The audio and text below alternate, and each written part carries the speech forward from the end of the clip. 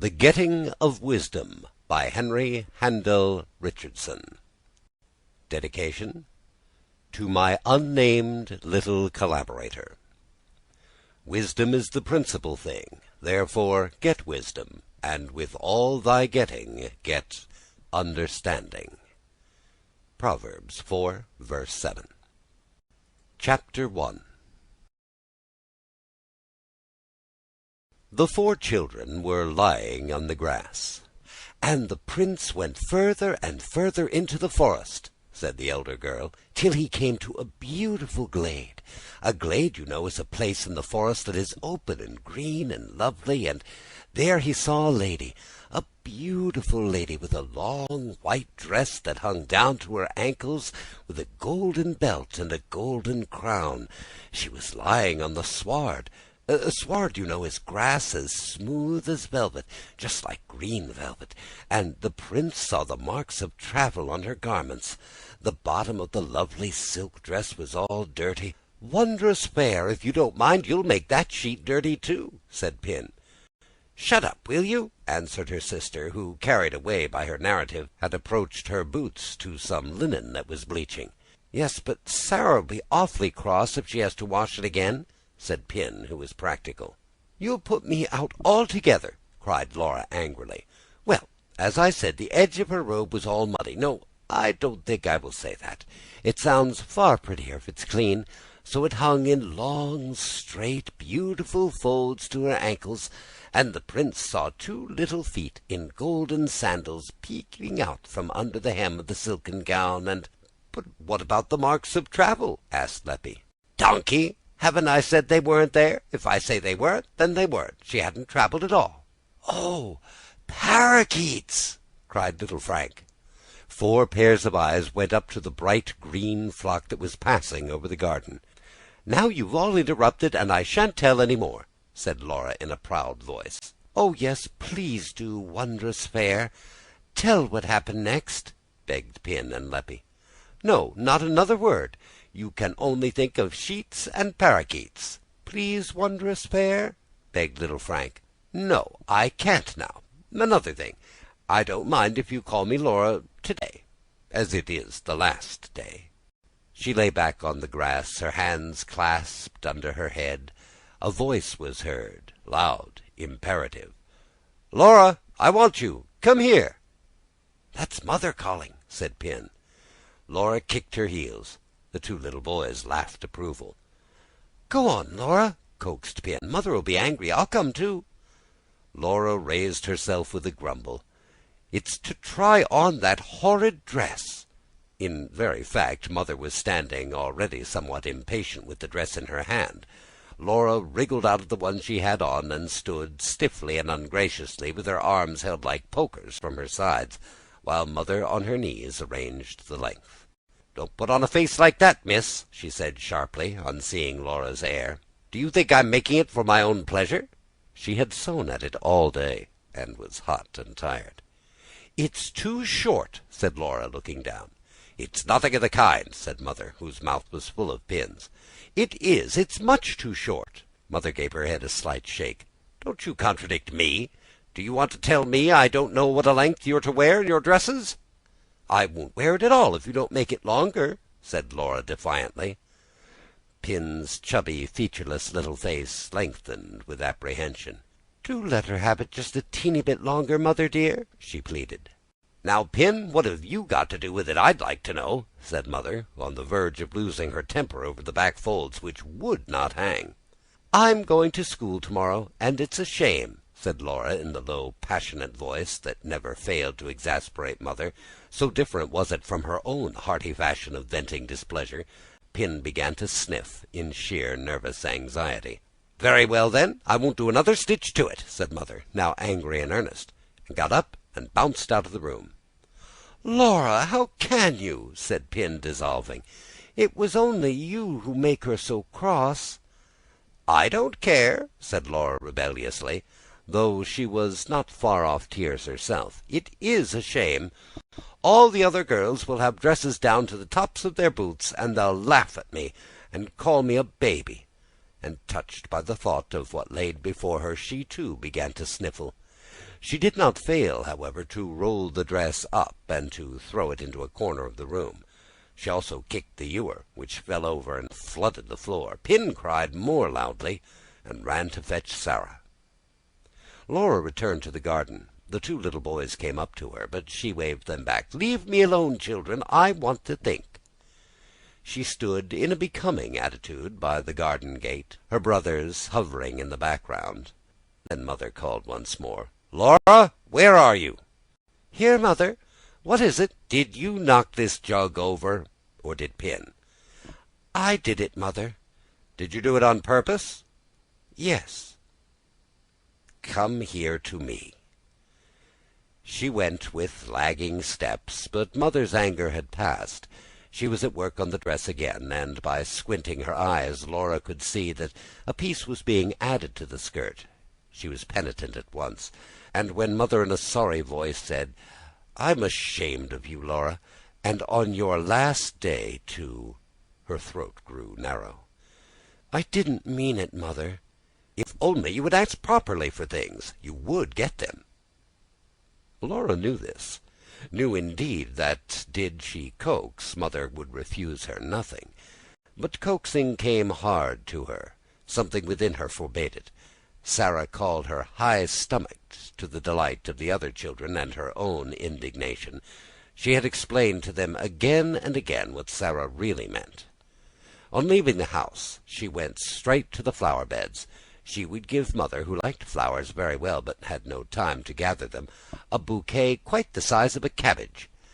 Pin and the boys were summoned to help her, and when their hands were full, Laura led the way to a secluded part of the garden on the farther side of the detached brick kitchen. In this strip, which was filled with greenery, little sun fell. 2 thick fir trees and a monstrous blue gum stood there. High bushes screened the fence. Jessamine climbed the wall of the house and encircled the bedroom windows, and on the damp and shady ground only violets grew. Yet with the love children bear to the limited and compact, the four had chosen their own little plots here, rather than in the big garden at the back of the house, and many were the times they had all begun anew to dig and to rake. But if Laura's energy did not fizzle out as quickly as usual, she was the model for the rest. Mother was sure to discover that it was too cramped and dark for them in there, and send Sarah to drive them off. Here, safely screened from sight, Laura sat on a bench and made up her bouquet.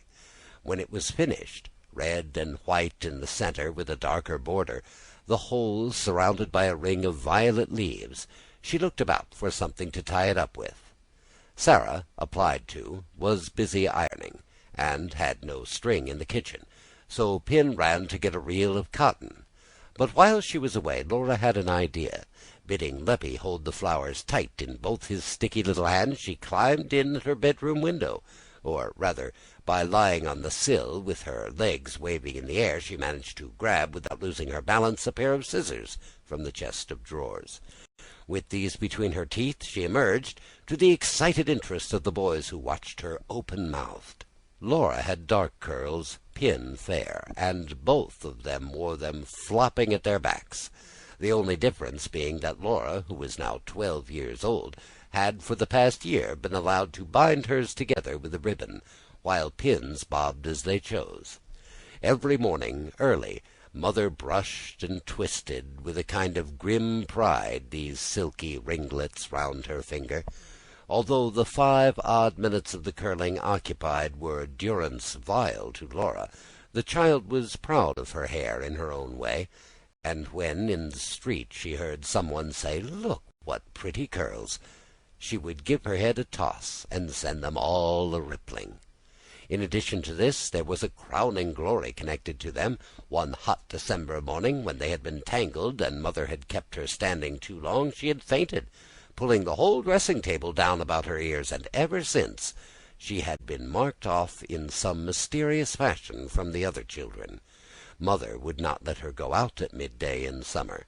Sarah would say, "Let that be, can't you?" did she try to lift something that was too heavy for her, and the younger children were to be quelled by a threat to faint on the spot if they did not do as she wished. Laura's faint had become a byword in the family, and Laura herself held it for so important a fact in her life that she had more than once begun a friendship with the words, "Have you ever fainted? I have." From among these long glossy curls she now cut one of the longest and most spiral, cut it off close to the root, and with it bound the flowers together. Mother should see that she did know how to give up something she cared for, and was not as selfish as she was usually supposed to be.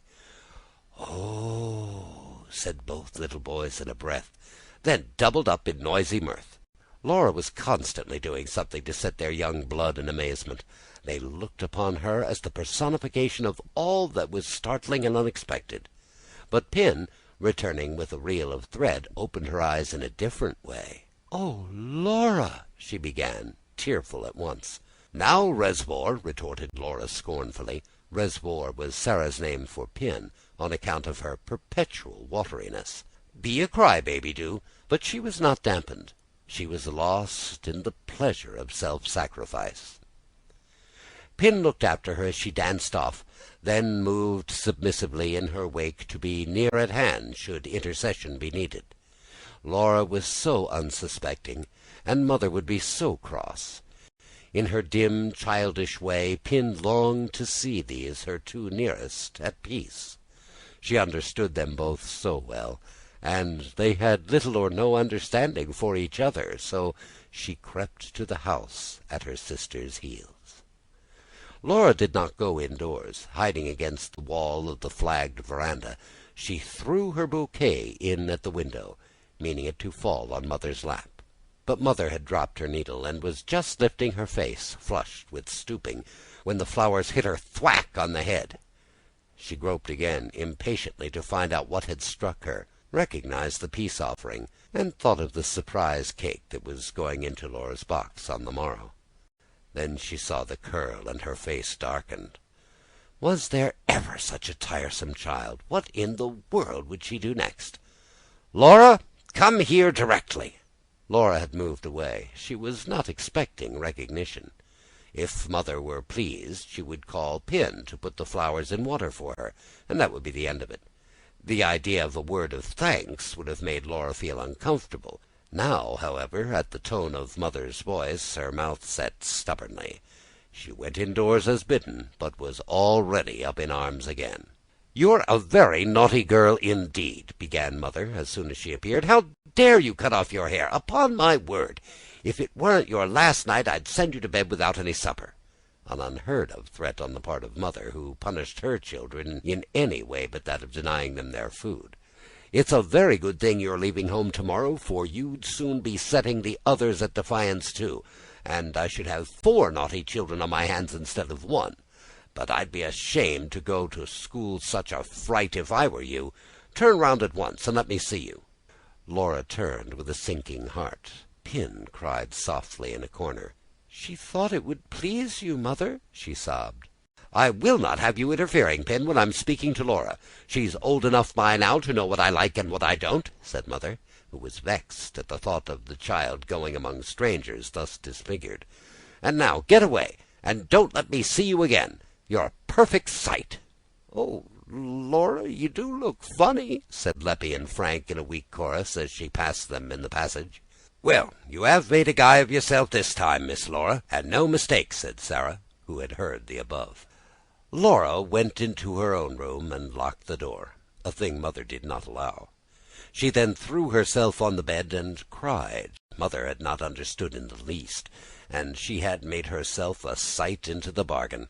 She refused to open the door, though one after another rattled the handle, and Sarah threatened to turn on the hose at the window. So they left her alone, and she spent the evening in watery dudgeon on her pillow. But before she undressed for the night, she stealthily made a chink and took in a slice of the cake Pin had left at the doormat. Her natural buoyancy of spirit was beginning to reassert itself. By brushing her hair well to one side, she could cover up the gap she found, and after all there was something rather pleasant in knowing you were misunderstood. It made you feel different from everyone else. Mother, sewing hard even after the busy Sarah had retired, Mother smiled a stern little smile of amusement to herself, and before locking up for the night, put the dark curl safely away. Chapter 2. Laura, sleeping flat on her stomach, was roused next morning by Pin, who said, "Wake up, Wondrous Fair, Mother wants to speak to you. She says you can get into bed in my place before you dress." Pin slept warm and cozy at Mother's side. Laura rose on her elbow and looked at her sister. Pin was standing in the doorway holding her nightgown to her, in such a way as to expose all of her thin little legs. "Come on," urged Pin. "Sarah's going to give me my bath while you're with Mother." "Go 'way, Pin," said Laura snappily. "I told you yesterday you could say Laura, and you're more like a spider than ever." Spider was another nickname for Pin, owing to her rotund little body and mere sticks of legs. She was all belly, as Sarah put it, and the mere mention of it made Pin fly, for she was very touchy about her legs. As soon as the door closed behind her, Laura sprang out of bed, and, waiting neither to wash herself nor to say her prayers, began to pull on her clothes, confusing strings and buttons in her haste, and quite forgetting that on this eventful morning she had meant to dress herself with more than ordinary care. She was just lacing her shoes when Sarah looked in. "Why, Miss Laura, don't you know your ma wants you?" "It's too late. I'm dressed now," said Laura darkly. Sarah shook her head. "Missis'll be fine and angry, and you needn't have had a row on your last day." Laura stole out of the door and ran down the garden to the summer-house. This, the size of a goodly room, was formed of a single dense, hairy-leafed tree, round the trunk of which a seat was built. Here she cowered, her elbows on her knees, her chin in her hands. Her face wore the stiff expression that went by the name of Laura's sulks, but her eyes were big and as watchful as those of a scared animal. If Sarah came to fetch her, she would hold on to the seat with both hands. But even if she had to yield to Sarah's greater strength, well, at least she was up and dressed. Not like the last time. About a week ago Mother had tried this kind of thing. Then she had been caught unawares. She had gone into Pin's warm place, curious and unsuspecting, and thereupon Mother had begun to talk seriously to her, and not with her usual directness. She had reminded Laura that she was growing up apace, and would soon be a woman, had told her that she must now begin to give up childish habits, and learn to behave in a modest and womanly way, all disagreeable, disturbing things, which Laura did not in the least want to hear. When it became clear to her what it was about, she had thrown back the bedclothes and escaped from the room. And since then she had been careful never to be long alone with Mother. But now half an hour went by, and no one came to fetch her. Her grim little face relaxed. She felt very hungry, too, and when at length she heard Pin calling, she jumped up and betrayed her hiding-place. "Laura! Laura, where are you? Mother says to come to breakfast, and not be silly. The coach'll be here in an hour." Taking hands, the sisters ran to the house. In the passage, Sarah was busy roping a battered tin box. With their own hands, the little boys had been allowed to paste on this a big sheet of note-paper, which bore, in Mother's writing, the words, "Miss Laura Tweedle Rambotham, The Ladies' College, Melbourne." Mother herself was standing at the breakfast table cutting sandwiches. "Come and eat your breakfast, child," was all she said at the moment. "The tea's quite cold." Laura sat down and fell to with appetite, but also with a side glance at the generous pile of bread and meat growing under Mother's hands. "I shall never eat all that," she said ungraciously. It galled her still to be considered a greedy child with an insatiable stomach. "I know better than you do what you'll eat," said Mother. "You'll be hungry enough by this evening, I can tell you, not getting any dinner." Pin's face fell at this prospect. "Oh, Mother, won't she really get any dinner?" she asked, and to her soft little heart going to school began to seem one of the blackest experiences life held. "Why, she'll be in the train, stupid, how can she?" said Sarah. "Do you think trains give you dinners?" "Oh, Mother, please cut ever such a lot," begged Pin, sniffing valiantly. Laura began to feel somewhat moved herself at this solicitude, and choked down a lump in her throat with a gulp of tea. But when Pin had gone with Sarah to pick some nectarines, Mother's face grew stern, and Laura's emotion passed. "I feel more troubled about you than I can say, Laura. I don't know how you'll ever get on in life. You're so disobedient and self-willed. It would serve you very well right, I'm sure, for not coming this morning, if I didn't give you a penny of pocket-money to take to school." Laura had heard this threat before, and thought it wiser not to reply. Gobbling up the rest of her breakfast, she slipped away. With the other children at her heels, she made a round of the garden, bidding good-bye to things and places.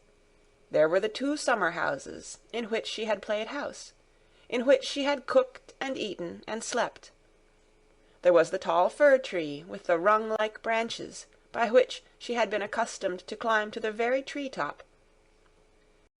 There was the wilderness of bamboo and cane where she had been Crusoe, the ancient, broad-leaved cactus on which she had scratched their names and drawn their portraits. Here, the high aloe that had such a mysterious charm for you, because you never knew when the 100 years might expire, and the aloe burst into flower.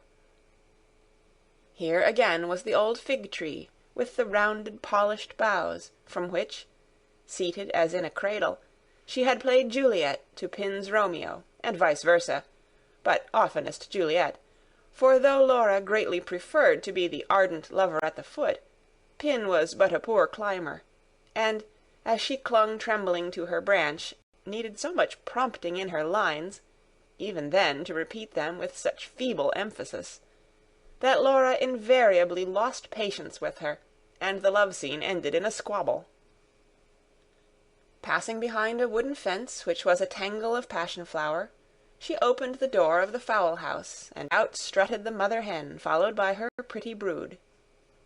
Laura had given each of the chicks a name, and she now took Napoleon and Garibaldi up in her hand, and laid her cheek against their downy breasts, the younger children following her movements in respectful silence. Between the bars of the rabbit hutch she thrust enough green stuff to last the 2 little occupants for days, and everywhere she went she was accompanied by a legless magpie, which, in spite of its infirmity, hopped cheerily and quickly on its stumps. Laura had rescued it and reared it. It followed her like a dog, and she was only less devoted to it than she had been to a native bear, which died under her hands. "Now listen, children," she said, as she rose from her knees before the hutch. "If you don't look well after Maggie and the bunnies, I don't know what I'll do. The chicks'll be all right. Sarah'll take care of them, 'cause of the eggs. But Maggie and the bunnies don't have eggs, and if they're not fed, or if Frank treads on Maggie again, then they'll die. Now, if you let them die, I don't know what I'll do to you. Yes, I do. I'll send the devil to you at night when the room's dark, before you go to sleep. So there." "How can you if you're not here?" asked Leppy.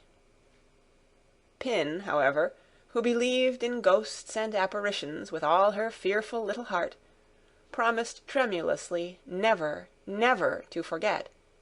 But Laura was not satisfied until each of them in turn had repeated, in a low voice, with the appropriate gestures, the sacred secret and forbidden formula. "Is my finger wet? Is my finger dry? God'll strike me dead if I tell a lie." Then Sarah's voice was heard calling, and the boys went out into the road to wait for the coach.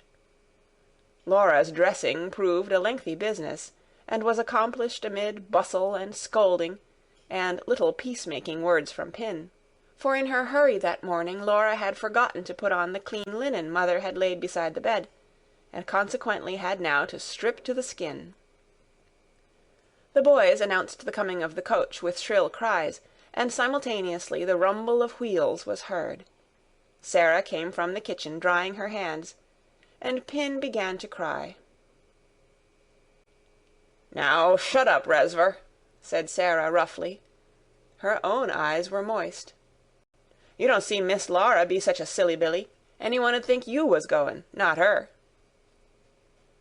The ramshackle old vehicle, one of Cobb's Royal Mail coaches, big-bodied, lumbering, scarlet, pulled by 2 stout horses, drew up before the door, and the driver climbed down from his seat. "Now, good day to you, ma'am. Good day, miss." This to Sarah, who, picking up the box, handed it to him to be strapped on under the apron. "Well, well, and so the little girl's going to school, is she? My, but time flies. Well do I remember the day, ma'am, when I drove you all across for the first time. These children wasn't big enough then to get up and down by themselves. Now I warrant you they can. Just look at 'em, will you? But my, ain't you ashamed of yourself?" He spoke to Pin. "Pipe in your eye like that? Why, you'll flood the road if you don't hold on. Yes, yes, ma'am, bless you, I'll look after her, and put her into the train wid me own hands. Don't you be uneasy. The Lord he cares for the widder and the orphan, and if he don't, why, Patrick O'Donnell does." This was O'Donnell's standing joke. He uttered it with a loud chuckle. While speaking, he had let down the steps and helped the 3 children up. They were to ride with Laura to the outskirts of the township. The little boys giggled excitedly at his assertion that the horses would not be equal to the weight.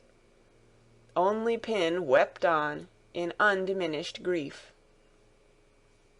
"Now, Miss Laura." "Now, Laura, good-bye, darling, and do try and be good.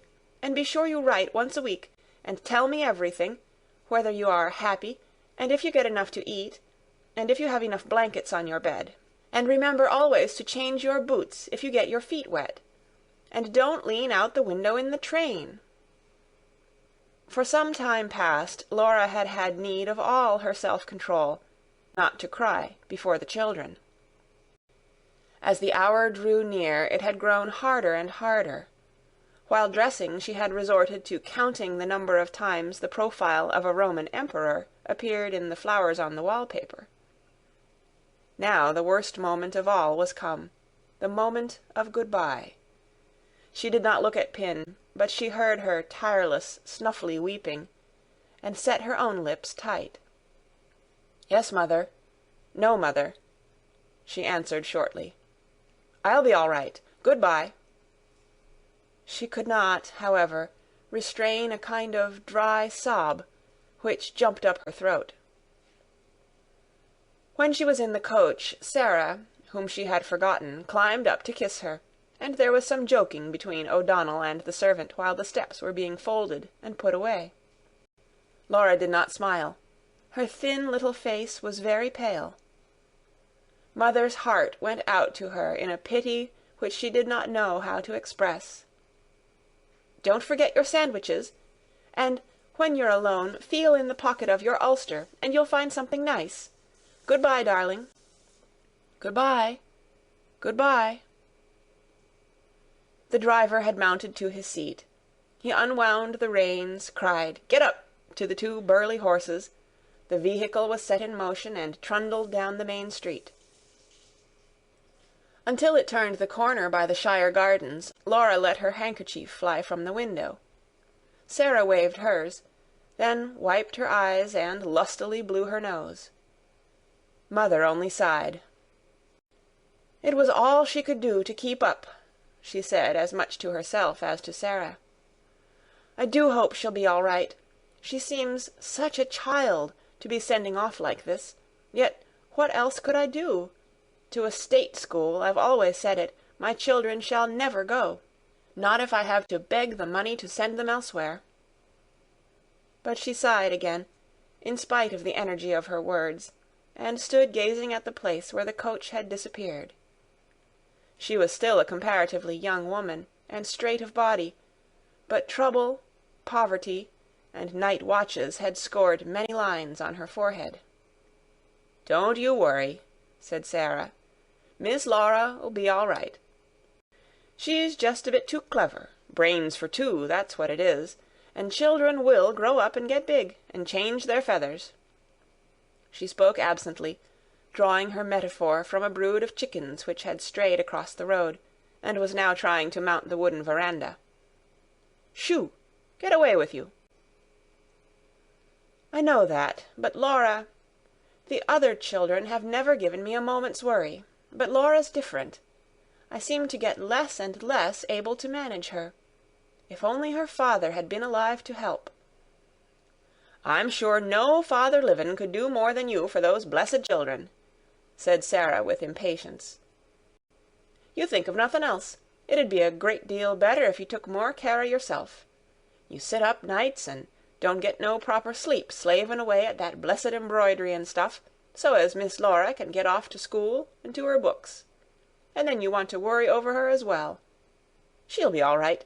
Miss Laura's like peas. You've got to get 'em out of the pod. They're in there, sure enough. And besides, I guess school'll knock all the nonsense out of her." "Oh, I hope they won't be too hard on her," said Mother in quick alarm. "Shut the side gate, will you? Those children have left it open again. And, Sarah, I think we'll turn out the drawing-room." Sarah grunted to herself as she went to close the gate. This had not entered into her scheme of work for the day, and her cooking was still undone. But she did not gainsay her mistress, as she otherwise would have made no scruple of doing, for she knew that nothing was more helpful to the latter in a crisis than hard manual work. Besides, Sarah herself had a sneaking weakness for what she called drawing-room days. For the drawing-room was the storehouse of what treasures had remained over from a past prosperity. It was crowded with bric-a-brac and ornament, and as her mistress took these objects up one by one to dust and polish them, she would, if she were in a good humour, tell Sarah where and how they had been bought, or describe the places they had originally come from, so that Sarah, pausing, broom in hand, to listen, had with time gathered some vague ideas of a country like India, for example, whence came the little silver pagodi, and the expressionless brass god, who squatted vacantly and at ease. Chapter 3. As long as the coach rolled down the main street, Laura sat bolt upright at the window. In fancy she heard people telling one another that this was little Miss Rambotham going to school. She was particularly glad that just as they went past the Commercial Hotel, Miss Parotet, the landlord's red-haired daughter, should put her fuzzy head out of the window, for Miss Parotet had also been to boarding school, and thought very highly of herself in consequence, though it had only been for a year to finish. At the National Bank the manager's wife waved a friendly hand to the children, and at the Royal Mail Hotel, where they drew up for passengers or commissions, Mrs. Paget, the stout landlady, came out, smoothing down her black satin apron.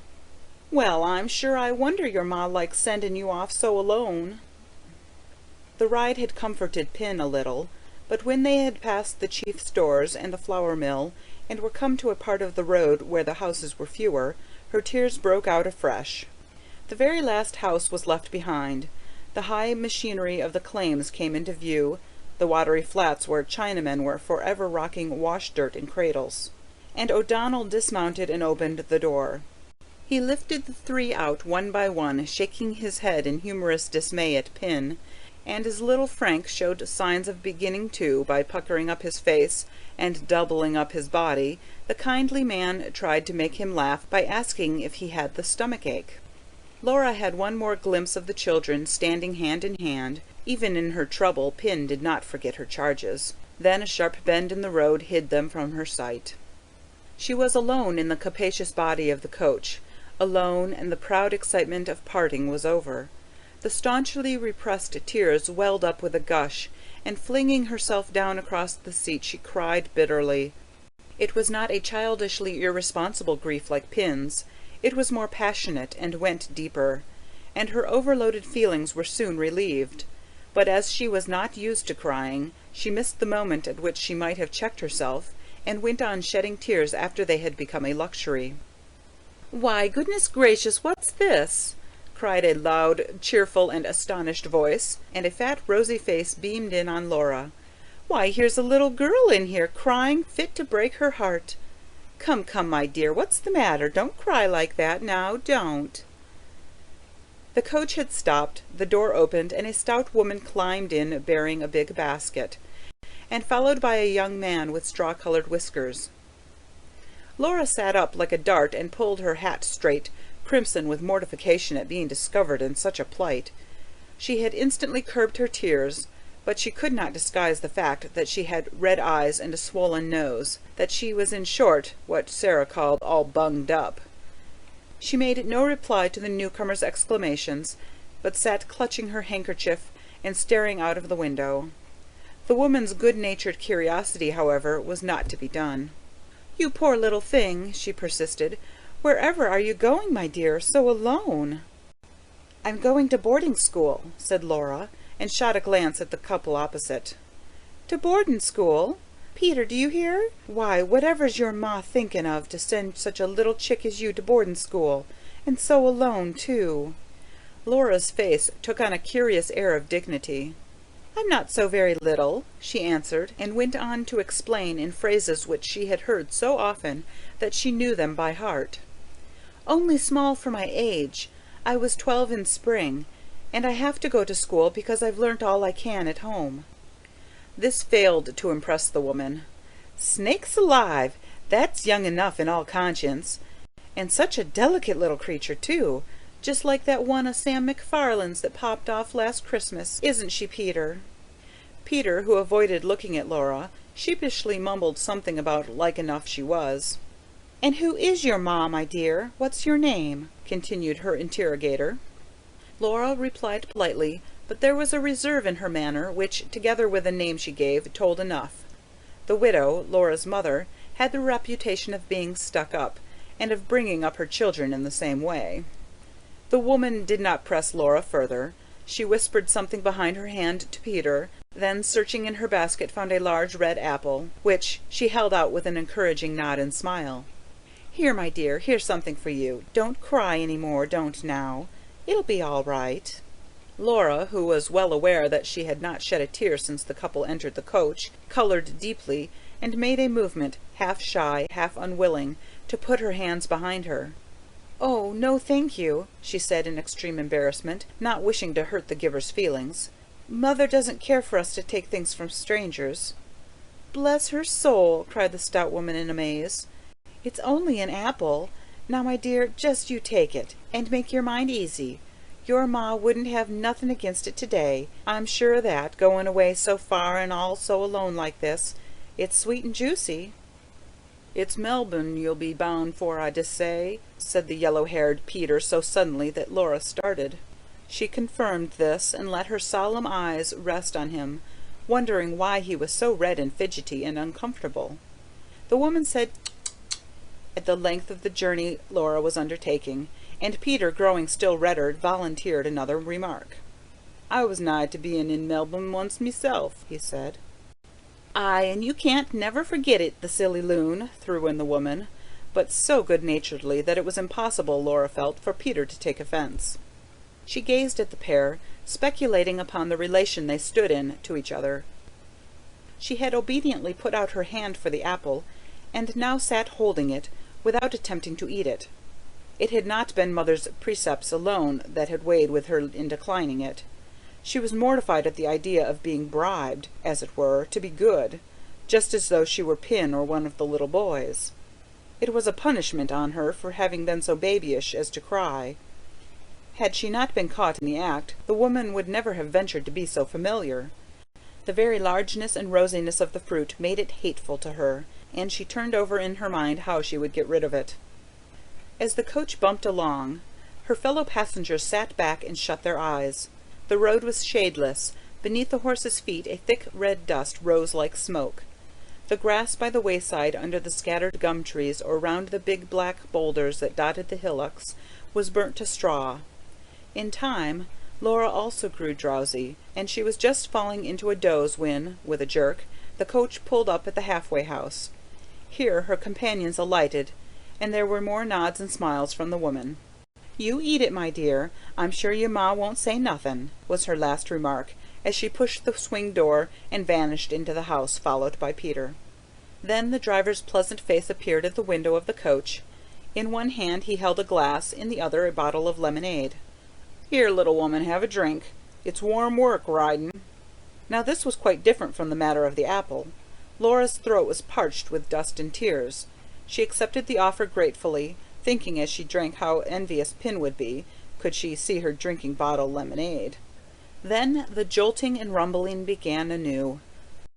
No one else got in, and when they had passed the only two landmarks she knew, the leprous Chinaman's hut and the market garden of Ah Chow, who twice a week jaunted at a half-trot to the township, with his hanging baskets, to supply people with vegetables. When they had passed these, Laura fell asleep. She wakened with a start to find that the coach had halted to apply the brakes, at the top of the precipitous hill that led down to the railway township. In a two-wheeled buggy this was an exciting descent, but the coach jammed on both its brakes, moved like a snail, and seemed hardly able to crawl. At the foot of the hill the little town lay sluggish in the sun, although it was close to midday, but few people were astir in the streets, for the place had long since ceased to be an important mining centre. The chief claims were worked out, and the coming of the railway had been powerless to give it impetus to a new life. It was always like this in these streets of low, verandaed, red brick houses, always dull and sleepy, and such animation as there was invariably to be found before the doors of the many public houses. At one of these the coach stopped and unloaded its goods for an interminable time. People came and looked in at the window at Laura, and she was beginning to feel alarmed lest O'Donnell, who had gone inside, had forgotten all about her having to catch the train, when out he came, wiping his lips. "Now for the living luggage," he said with a wink, and Laura drew back in confusion from the laughter of a group of larrikins round the door. It was indeed high time at the station. No sooner was her box dislodged and her ticket taken than the train steamed in. O'Donnell recommended her to the guard's care. She shook hands with him and thanked him, and had just been locked into a carriage by herself when he came running down the platform again, holding in his hand for everyone to see the apple, which Laura believed she had safely hidden under the cushions of the coach.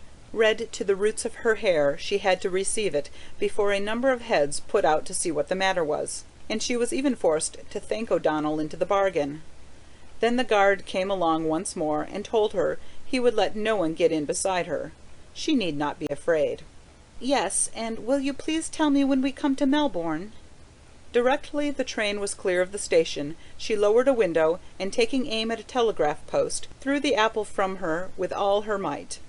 Then she hung out of the window as far as she could, till her hat was nearly carried off. This was the first railway journey she had made by herself, and there was an intoxicating sense of freedom in being locked in, alone, within the narrow compass of the compartment. She was at liberty to do everything that had previously been forbidden her. She walked up and down the carriage, jumped from one seat to another, then lay flat on her back, singing to herself, and watched the telegraph poles fly past the windows, and the wires mount and descend. But now came a station, and, though the train did not stop, she sat up, in order that people might see she was travelling alone. She grew hungry and attacked her lunch, and it turned out that Mother had not provided too much after all. When she had finished, had brushed herself clean of crumbs, and handled, till her finger-tips were sore, the pompous half-crown she had found in her pocket, she fell to thinking of them at home, and of what they would now be doing. It was between 2 and 3 o'clock. The sun would be full on the flagstones of the back veranda. Inch by inch Pin and Leppy would be driven away to find a cooler spot for their afternoon game, while little Frank slept, and Sarah splashed the dinner dishes in the brick-floored kitchen. Mother sat sewing, and she would still be sitting there, still sewing, when the shadow of the fir tree, which at noon had shrunken like a dwarf, had stretched to giant size, and the children had opened the front gate to play in the shade of the public footpath. At the thought of these shadows, of all the familiar things she could not see again for months to come, Laura's eyelids began to smart. They had flashed through several stations, now they stopped, and her mind was diverted by the noise and bustle. As the train swung into motion again, she fell into a pleasanter line of thought. She painted to herself, for the 100th time, the new life towards which she was journeying, and as always in the brightest colours. She had arrived at school, and in a spacious apartment which was a kind of glorified mother's drawing-room, was being introduced to a bevy of girls. They clustered round, urgent to make the acquaintance of the newcomer, who gave her hand to each with an easy grace and an appropriate word. They were too well bred to cast a glance at her clothes, which, however she might embellish them in fancy, Laura knew were not what they ought to be. Her ulster was some years old, and so short that it did not cover the flounce of her dress, and this dress, and her hat with it, were mother's taste, and consequently Laura felt sure nobody else's.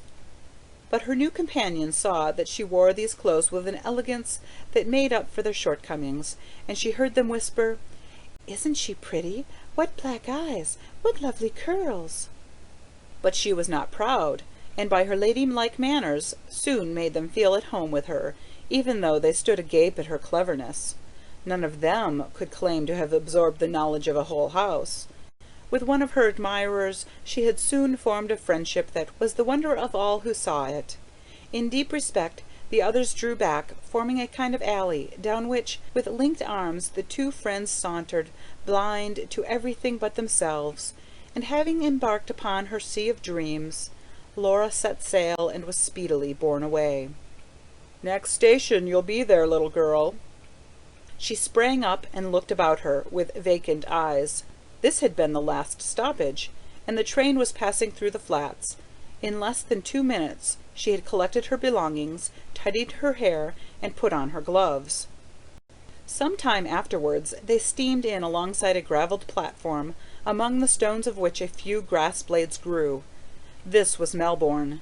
At the nearer end of the platform stood 2 ladies, one stout and elderly in bonnet and mantle, with glasses mounted on a black stick, and short-sighted peering eyes. The other stout and comely too, but young, with a fat, laughing face and rosy cheeks.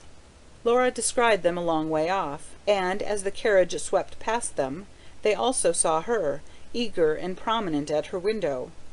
Both stared at her, and the younger lady said something and laughed. Laura instantly connected the remark and the amusement it caused the speaker with the showy red lining of her hat, at which she believed their eyes had been directed. She also realized that it was too late, that her greeting had been childish, unnecessarily effusive, for the ladies had responded only by nods. Here were 2 thrusts to parry at once, and Laura's cheeks tingled, but she did not cease to smile, and she was still wearing this weak little smile, which did its best to seem easy and unconcerned, when she alighted from the train. Chapter 4. The elderly lady was Laura's godmother. She lived at Prahran, and it was at her house that Laura would sometimes spend a monthly holiday. Godmother was good to them all in a brusque, sharp-tongued fashion, but Pin was her especial favourite, and she made no secret of it. Her companion on the platform was a cousin of Laura's, of at least twice Laura's age, who invariably struck awe into the children by her loud and ironic manner of speech. She was an independent, manly person, in spite of her plump roundness. She lived by herself in lodgings, and earned her own living as a clerk in an office. The first greetings over, Godmother's attention was entirely taken up by Laura's box.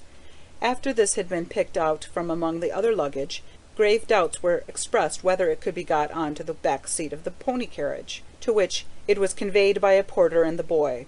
Laura stood shyly by and waited, while Cousin Grace kept up the conversation by putting abrupt and embarrassing questions. "How's your ma?" she demanded rather than asked, in the slangy and jocular tone she employed. "I guess she'll be thanking her stars she's got rid of you."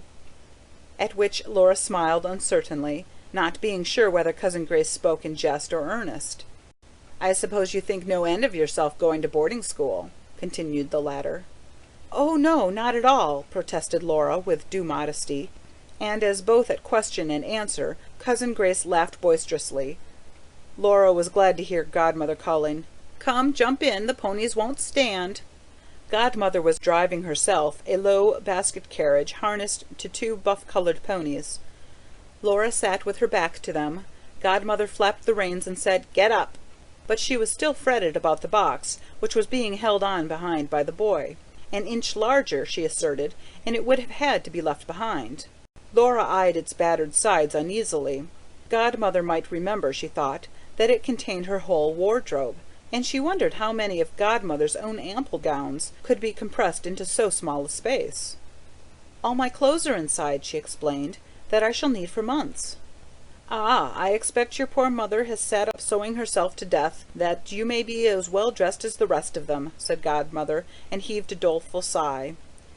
But Cousin Grace laughed the wide laugh that displayed a mouthful of great healthy teeth. "What?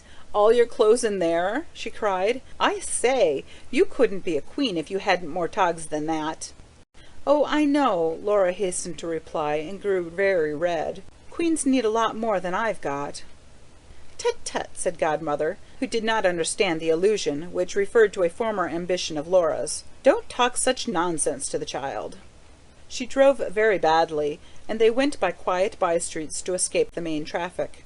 The pony chaise wobbled at random from one side of the road to the other, obstacles looming up only just in time for Godmother to see them. The ponies shook and tossed their heads at the constant sawing of the bits, and Laura had to be continually ducking to keep out of the way of the reins. She let the unfamiliar streets go past her in a kind of dream, and there was silence for a time, broken only by Godmother's expostulations with the ponies, till Cousin Grace, growing tired of playing her bright eyes first on this, then on that, brought them back to Laura and studied her up and down. "I say, who on earth trimmed your hat?" she asked almost at once. "Mother," answered Laura bravely, while the colour mounted to her cheeks again. "Well, I guess she made up her mind you shouldn't get lost as long as you wore it," went on her cousin with disconcerting candour. "It makes you look just like a great big red double dahlia." "Let the child be. She looks well enough," threw in Godmother in her snappish way. But Laura was sure that she too disapproved, and felt more than she heard the muttered remark about Jane always having a taste for something gay. "Oh, I like the colour very much. I chose it myself," said Laura, and looked straight at the two faces before her. But her lips twitched. She would have liked to snatch the hat from her head, to throw it in front of the ponies, and hear them trample it under their hoofs. She had never wanted the scarlet lining of the big upturned brim. In a dislike to being conspicuous which was incomprehensible to Mother, she had implored the latter to leave it plain. But Mother had said, "Nonsense, and hold your tongue, and I know better," with this result. Oh yes, she saw well enough how Godmother signed with her eyes to Cousin Grace to say no more. But she pretended not to notice, and for the remainder of the drive nobody spoke. They went past long lines of grey houses, joined one to another and built exactly alike, past large fenced-in public parks, where all kinds of odd, unfamiliar trees grew, with branches that ran right down their trunks, and bushy leaves. The broad streets were hilly. The wind, coming in puffs, met them with clouds of gritty white dust. They had just, with bent heads, their hands at their hats, passed through one of these miniature whirlwinds, when, turning a corner, they suddenly drew up, and the boy sprang to the ponies' heads. Laura, who had not been expecting the end so soon, saw only a tall wooden fence. But Cousin Grace looked higher, gave a stagey shudder, and cried, "Oh, my eye, Betty Martin! Aren't I glad it isn't me that's going to school! It looks just like a prison!" It certainly was an imposing building viewed from within, when the paling gates had closed behind them. To Laura, who came from a township of one-storied brick or weatherboard houses, it seemed vast in its breadth and height, appalling in its sombre greyness. Between Godmother and Cousin Grace she walked up an asphalted path, and mounted the steps that led to a massive stone portico. The bell Godmother rang made no answering sound, but after a very few seconds the door swung back, and a slender maidservant in cap and apron stood before them. She smiled at them pleasantly as, in Chinaman fashion, they crossed the threshold. Then, inclining her head at a murmured word from Godmother, she vanished as lightly as she had come, and they sat and looked about them. They were in a plainly furnished but long, lofty waiting room. There were 2 large windows, the Venetian blinds had not been lowered, and the afternoon sun, beating in, displayed a shabby patch on the carpet. It showed up, too, a coating of dust that had gathered on the desk-like central table. There was the faint, distinctive smell of strange furniture, but what impressed Laura most was the stillness. No street noises pierced the massy walls, but neither did the faintest echo of all that might be taking place in the great building itself reach their ears. They sat aloof, shut off, as it were, from the living world, and this feeling soon grew downright oppressive. It must be like this to be dead, thought Laura to herself, and inconsequently remembered a quarter of an hour she had once spent in a dentist's anteroom. There, as here, the same soundless vacancy, the same anguished expectancy. Now, as then, her heart began to thump so furiously that she was afraid the others would hear it, but they, too, were subdued. Though Cousin Grace tittered continually, she heard only a gentle wheezing, and even Godmother expressed the hope that they would not be kept waiting long, under her breath. But minute after minute went by. There they sat, and nothing happened. It began to seem as if they might sit on forever. All of a sudden, from out the spacious halls of which they had caught a glimpse on arriving, brisk steps began to come towards them over the oilcloth. At first as a mere tapping in the distance, then rapidly gaining in weight and decision. Laura's palpitations reached their extreme limit. Another second, and they might have burst her chest. Cousin Grace ceased to giggle. The door opened with a peculiar flourish, and all 3 rose to their feet. The person who entered was a very stately lady. She wore a cap with black ribbons. With the door-handle still in her hand, she made a slight obeisance, in which her whole body joined, afterwards to become more erect than before. Having introduced herself to Godmother as Mrs. Gurley, the lady superintendent of the institution, she drew up a chair, let herself down upon it, and began to converse with the air of ineffable condescension. While she talked, Laura examined her with a child's thirst for detail. Mrs. Gurley was large and generous of form, and she carried her head in such a haughty fashion that it made her look taller than she really was. She had a high colour, her black hair was touched with grey, her upper teeth were prominent. She wore gold eyeglasses, many rings, a long gold chain which hung from an immense cameo brooch at her throat, and a black apron with white flowers on it, one point of which was pinned to her ample bosom. The fact that Laura had just such an apron in her box went only a very little way towards reviving her spirits, for altogether Mrs. Gurley was the most impressive person she had ever set eyes on. Beside her, Godmother was nothing but a plump, short-sighted, fidgety lady. Particularly awe-inspiring was Mrs. Gurley when she listened to another speaking.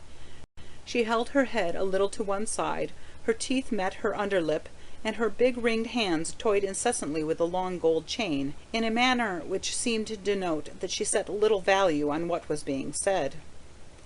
Awful, too, was the habit she had of suddenly lowering her head and looking at you over the tops of her glasses.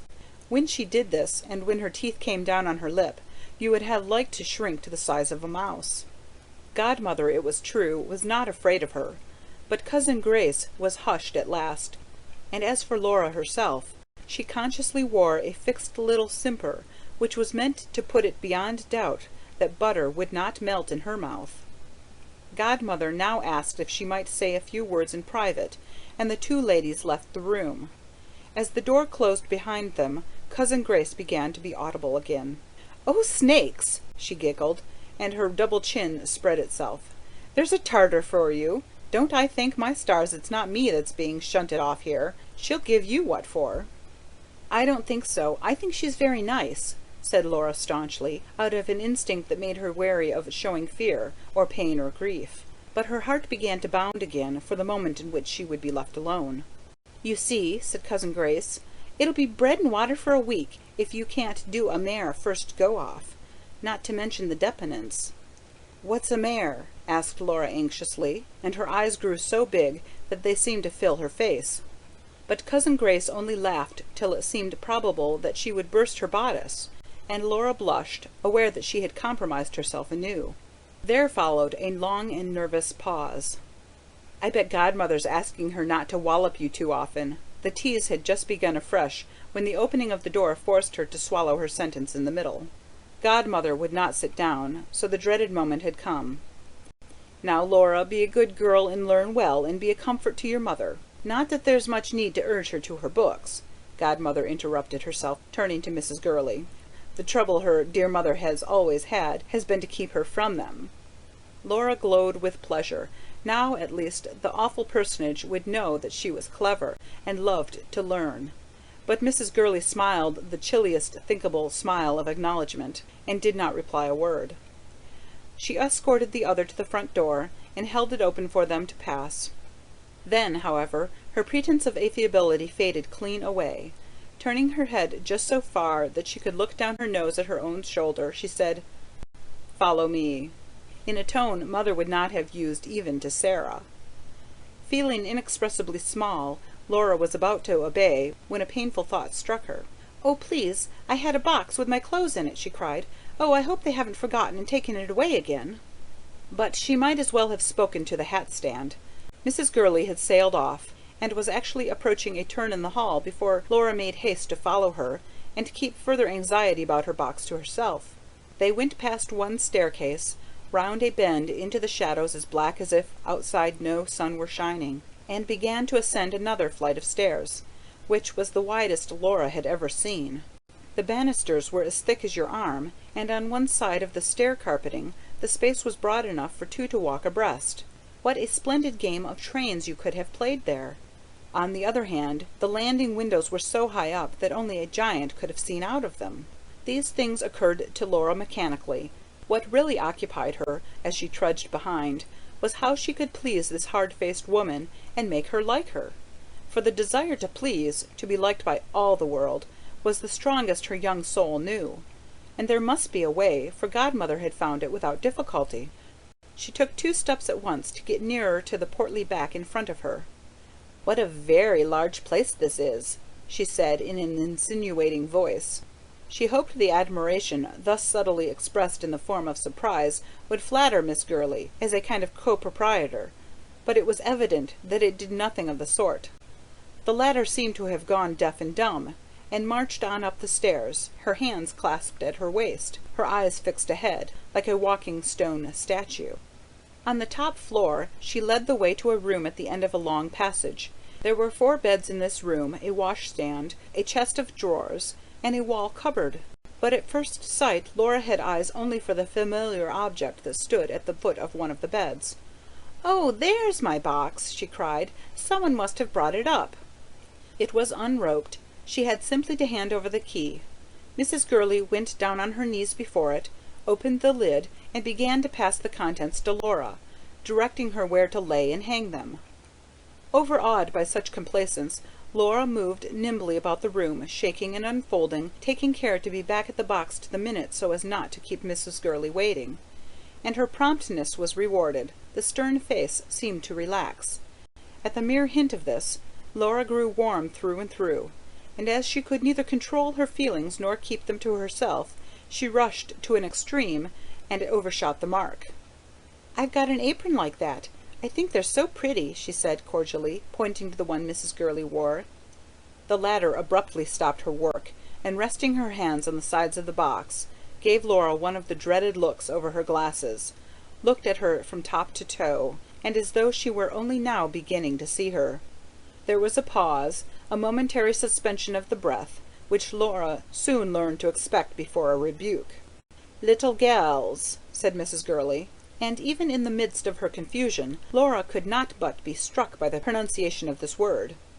"Little gels are required to wear white aprons when they come here." A break after each word, as well as an emphatic headshake, accentuated their severity. "And I should like to know if your mother has never taught you that it is very rude to point, and also to remark on what people wear." Laura went scarlet. If there was one thing she, Mother, all of them, prided themselves on, It was the good manners that had been instilled into them since their infancy. The rough reproof seemed to scorch her. She went to and fro more timidly than before. Then, however, something happened which held a ray of hope. "Why, what is this?" asked Mrs. Gurley freezingly, and held up to view, with the tips of her fingers, Laura thought, a small black prayer book. "Pray, are you not a dissenter?" For the college was nonconformist. "Well, no, I'm not," said Laura, in a tone of intense apology. Here, at last, was her chance. "But it really doesn't matter a bit. I can go to another church quite well. I even think I'd rather, for a change. And the service isn't so long. At least, so I've heard, except the sermon," she added truthfully. Had she denied religion altogether, the look Mrs. Gurley bent on her could not have been more annihilating. "There is, unfortunately, no occasion for you to do anything of the kind," she retorted. "I myself am an Episcopalian, and I expect those gals who belong to the Church of England to attend it with me." The unpacking at an end, Mrs. Gurley rose, smoothed down her apron, and was just on the point of turning away, when on the bed opposite Laura's she espied an undergarment, lying wantonly across the counterpane. At this blot on the orderliness of the room she seemed to swell like a turkey-cock, seemed literally to grow before Laura's eyes, as, striding to the door, she commanded an invisible someone to send Lilith Gordon to her directly. There was an awful pause. Laura did not dare to raise her head. She even said a little prayer. Mrs. Gurley stood working at her chain and tapping her foot, like a beast waiting for its prey, thought the child. And at last a hurried step was heard in the corridor. The door opened and a girl came in, high-coloured and scant of breath. Laura darted one glance at Mrs. Gurley's face, then looked away and studied the pattern of a quilt, trying not to hear what was said. Her throat swelled, grew hard and dry with pity for the culprit. But Lilith Gordon, a girl with sandy eyebrows, a turned-up nose, and a thick plait of red gold hair, and a figure so fully developed that Laura mentally dubbed it a lady's figure, and put its owner down for years older than herself. Lilith Gordon neither fell on her knees nor sank through the floor. Her lashes were lowered in a kind of dog-like submission, and her face had gone very red when Laura ventured to look at her again. But that was all. And Mrs. Gurley having swept Jove-like from the room, this bold girl actually set her finger to her nose and muttered, "Old brimstone beast!" As she passed Laura too, she put out her tongue and said, "Now then, goggle-eyes, what have you got to stare at?" Laura was deeply hurt. She had gazed at Lilith out of the purest sympathy, and now, as she stood waiting for Mrs. Gurley, who seemed to have forgotten her, the strangeness of things and the general unfriendliness of the people struck home with full force. The late afternoon sun was shining in an unfamiliar way. Outside were strange streets, strange noises, a strange white dust, the expanse of a big, strange city. She felt unspeakably far away now from the small, snug domain of home. Here nobody wanted her.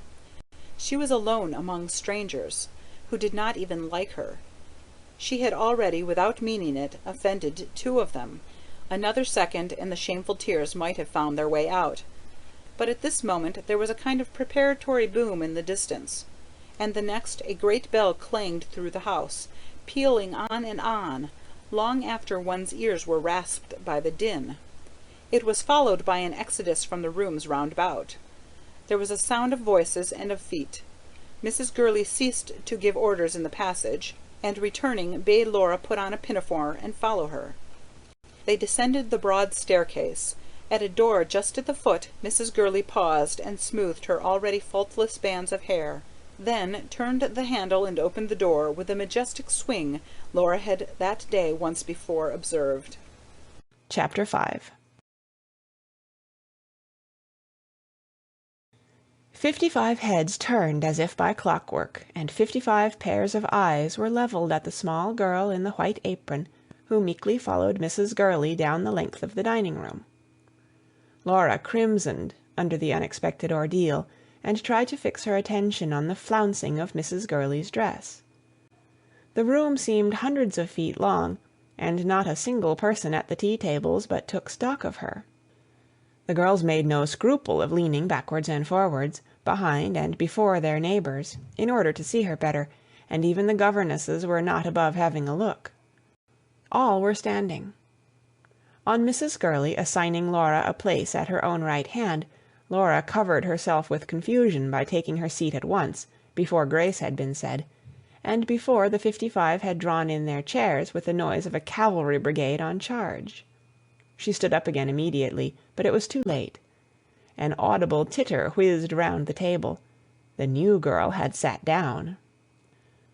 For minutes after, Laura was lost in the pattern on her plate, and not till tongues were loosened and dishes being passed did she venture to steal a glance round. There were 4 tables, with a governess at the head and foot of each to pour out tea. It was more of a hall than a room, and had high church-like windows down one side. At both ends were scores of pigeonholes. There was a piano in it, and a fireplace. It had pale blue walls, and only strips of carpet on the floor. At present it was darkish, for the windows did not catch the sun. Laura was roused by a voice at her side. Turning, she found her neighbour offering her a plate of bread.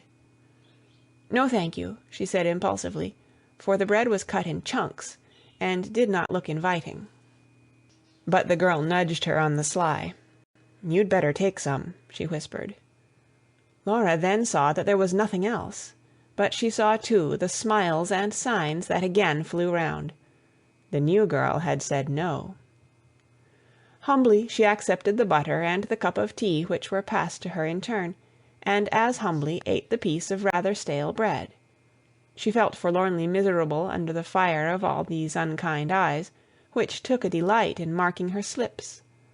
At the smallest further mischance she might disgrace herself by bursting out crying. Just at this moment, however, something impelled her to look up. Her vis-à-vis, whom she had as yet scarcely noticed, was staring hard, and now, to her great surprise, this girl winked at her, winked slowly and deliberately with the right eye.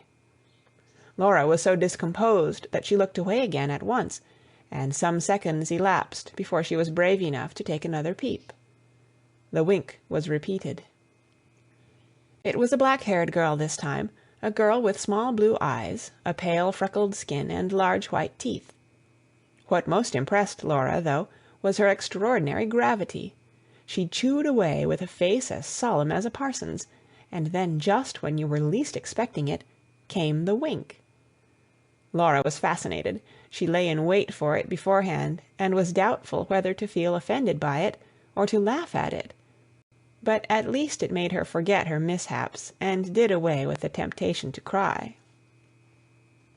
When, however, Mrs. Gurley had given them the signal, and the 55 had pushed back their chairs and set them to the table again with the same racket as before, Laura's position was a painful one.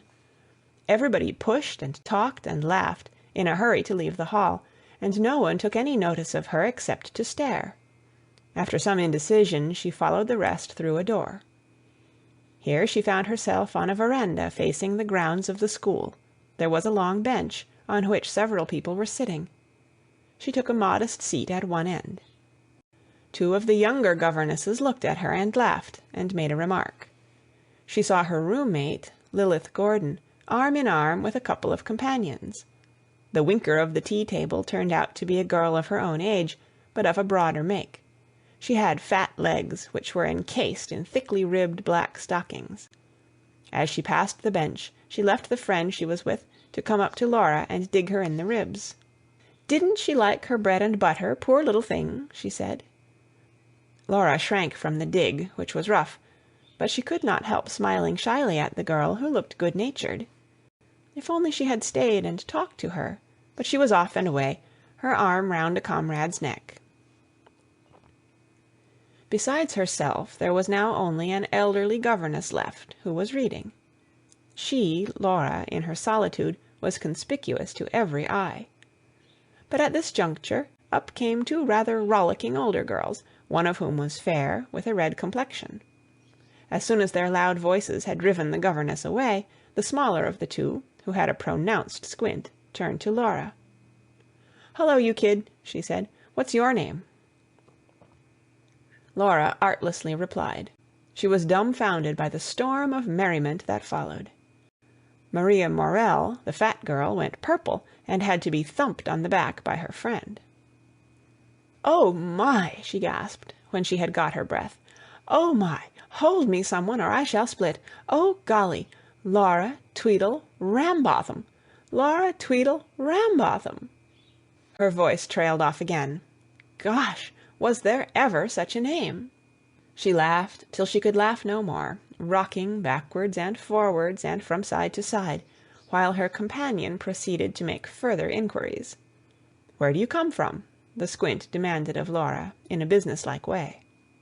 Laura named the township quaveringly. "What's your father?" "He's dead," answered the child. "Well, but I suppose he was alive once, wasn't he, duffer? What was he before he was dead?" "A barrister." "What did he die of?" "Consumption." "How many servants do you keep?" "One." "How much have you got a year?" "I don't know." "How old are you?" 12 1/4. "Who made your dress?" "Mother." "Oh, I say, hang it, that's enough. Stop teasing the kid," said Maria Morell, when the laughter caused by the last admission had died away. But the squint spied a friend, ran to her, and there was a great deal of whispering and sniggering. Presently the pair came sauntering up and sat down, and after some artificial humming and hawing, the newcomer began to talk, in a loud and fussy manner, about certain acquaintances of hers called Tweedledum and Tweedledee. Both the fat girl and the squint split with laughter. Laura sat with her hands locked one inside the other. There was no escape for her, for she did not know where to go. But when the third girl put the regulation question, "What's your name and what's your father?" she turned on her with the courage of despair. "What's yours?" she retorted hotly, at the same time not at all sure how the big girl might revenge herself. To her relief, the others burst out laughing at their friend's bafflement. "That's one for you, Kate Horner," said Maria with a chuckle. "Not bad for the kid. Come on, kid, will you have a walk round the garden?" "Oh, yes, please," said Laura, reddening with pleasure, and there she was, arm in arm with her fat saviour, promenading the grounds like any other of the 55. She assumed, as well as she could, an air of feeling at her ease even in the presence of the cold and curious looks that met her. The fat girl was protective, and Laura felt too grateful to her to take it amiss that every now and then she threw back her head and laughed anew at the remembrance of Laura's patronymics, or that she still exchanged jokes about them with the other couple when they met. But by this time half an hour had slipped away, and the girls were fast disappearing. Maria Morell loitered till the last minute, then said she too must be off to stew. Everyone was hastening across the veranda laden with books, and disappearing down a corridor. Left alone, Laura made her way back to the dining-hall. Here some of the very young boarders were preparing their lessons, watched over by a junior governess. Laura lingered for a little, to see if no order were forthcoming, then diffidently approached the table and asked the governess if she would please tell her what to do. "I'm sure I don't know," answered that lady, disinclined for responsibility. "You'd better ask Miss Chapman. Here, Maggie, show her where the study is." Laura followed the little girl over the veranda and down the corridor. At the end, the child pointed to a door, and on opening this Laura found herself in a very large, brightly lighted room, where the boarders sat at two long tables with their books before them. Every head was raised at her entrance. In great embarrassment she threaded her way to the more authoritative-looking of the governesses in charge, and proffered her request. It was not understood, and she had to repeat it. "I'm sure I don't know," said Miss Day in her turn. She had stiff black wavy hair, a vivid colour, and a big thick nose which made her profile resemble that of a horse. "Can't you twiddle your thumbs for a bit? Oh, well, if you're so desperately anxious for an occupation, you'd better ask Miss Chapman." The girls in the immediate neighbourhood laughed noiselessly, in a bounden-duty kind of way, at their superior's pleasantry, and Laura, feeling as though she had been hit, crossed to the other table. Miss Chapman, the head governess, was neither so hard-looking nor so brilliant as Miss Day. She even eyed Laura somewhat uneasily, meanwhile toying with a long gold chain, after the manner of the lady superintendent. "Didn't Mrs. Gurley tell you what to do?" she queried. "I should think it likely she would. Oh, well, if she didn't, I suppose you'd better bring your things downstairs. Yes, and ask Miss Zielinski to give you a shelf." Miss Zielinski, she was the governess in the dining-hall, said, "Oh, very well," in the rather whiny voice that seemed natural to her, and went on reading. "Please, I don't think I know my way," ventured Laura. "Follow your nose and you'll find it," said Miss Zielinski, without looking up, and was forthwith wrapped in her novel again. Once more Laura climbed the wide staircase. It was but dimly lighted, and the passages were in darkness. After a few false moves, she found her room, saw that her box had been taken away, her books left lying on a chair. But instead of picking them up, she threw herself on the bed and buried her face in the pillow. She did not dare to cry, for fear of making her eyes red, but she hugged the cool linen to her cheeks. "I hate them all," she said passionately, speaking aloud to herself. "Oh, how I hate them!" And wild schemes of vengeance flashed through her young mind. She did not even halt at poison or the knife. A big cake sent by Mother, of which she invited all alike to partake, and into which she inserted a fatal poison, so that the whole school died like rabbits, or a nightly stabbing, a creeping from bed to bed in the dark, her penknife open in her hand. But she had not lain thus for more than a very few minutes when steps came along the passage, and she had only just time to spring to her feet before one of the little girls appeared at the door. "You're to come down at once." "Don't you know you're not allowed to stay upstairs?" asked Miss Zielinski crossly. "What were you doing?" And as Laura did not reply, "What was she doing, Jessie?" "I don't know," said the child. "She was just standing there." And all the little girls laughed, after the manner of their elders. Before Laura had finished arranging her belongings on the shelves that were assigned to her, some of the older girls began to drop in from the study. One unceremoniously turned over her books, which were lying on the table. "Let's see what the kid's got." Now Laura was proud of her collection. It really made a great show, for a daughter of godmother's had once attended the college, and her equipment had been handed down to Laura. "Why, you don't mean to say a kid like you's in the second Principia already?" said a big girl, and held up incredulously Smith's black and red boards. "Wherever did you learn Latin?" In the reediest of voices Laura was forced to confess that she had never learnt Latin at all. The girl eyed her in dubious amaze, then burst out laughing. "Oh, I say," she called to a friend, "here's a rum go. Here's this kid brings the second Principia with her and doesn't know the first." Several others crowded round, and all found this divergence from the norm, from the traditional method of purchasing each book new and as it was needed, highly ridiculous. Laura, on her knees before her shelf, pretended to be busy, but she could not see what she was doing, for the mist that gathered in her eyes. Just at this moment, however, in marched Maria Morell. "Here, I say, stop that!" she cried. "You're teasing that kid again. I won't have it. Here, come on, kid. Laura Tweedledum, come and sit by me for supper." For the second time Laura was thankful to the fat girl, but as ill luck would have it, Miss Chapman chanced to let her eyes stray in their direction, and having fingered her chain indecisively for a little, said, "It seems a pity, doesn't it, Miss Day, that that nice little girl should get in with that vulgar set?" Miss Chapman liked to have her opinions confirmed, but this was a weakness Miss Day did not pamper. Herself strong-minded, she could afford to disregard Miss Chapman's foibles. So she went on with her book and ignored the question. But Miss Zielinski, who lost no opportunity of making herself agreeable to those over her, said with foreign emphasis, "Yes, indeed it does." So Laura was summoned and made to sit down at the end of the room, close to the governesses, and beside the very big girls, of 18 and 19, who seemed older still to her, with their figures and waists, and skirts that touched the ground. Instinctively she felt that they resented her proximity. The biggest of all, a pleasant-faced girl with a kind smile, said, on seeing her downcast air, "Poor little thing, never mind." But when they talked among themselves, they lowered their voices and cast stealthy glances at her to see if she were listening. Supper over, 3 chairs were set out in an exposed position. The big bell in the passage was lightly touched. Everyone fetched a hymn book, one with music in it being handed to Miss Chapman at the piano.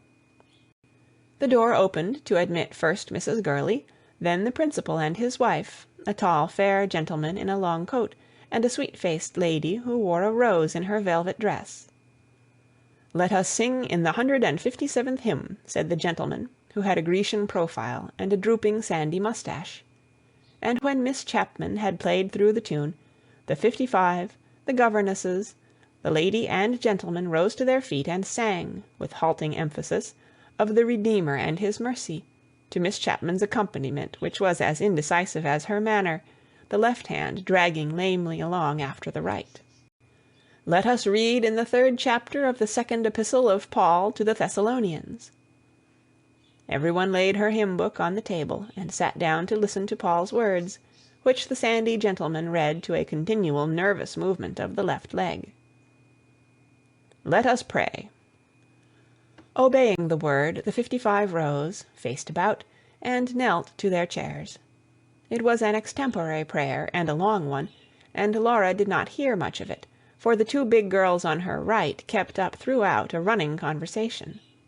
Also, when it was about half over, she was startled to hear Miss Zielinski say, in a shrill whisper, "Heavens, there's that mouse again!"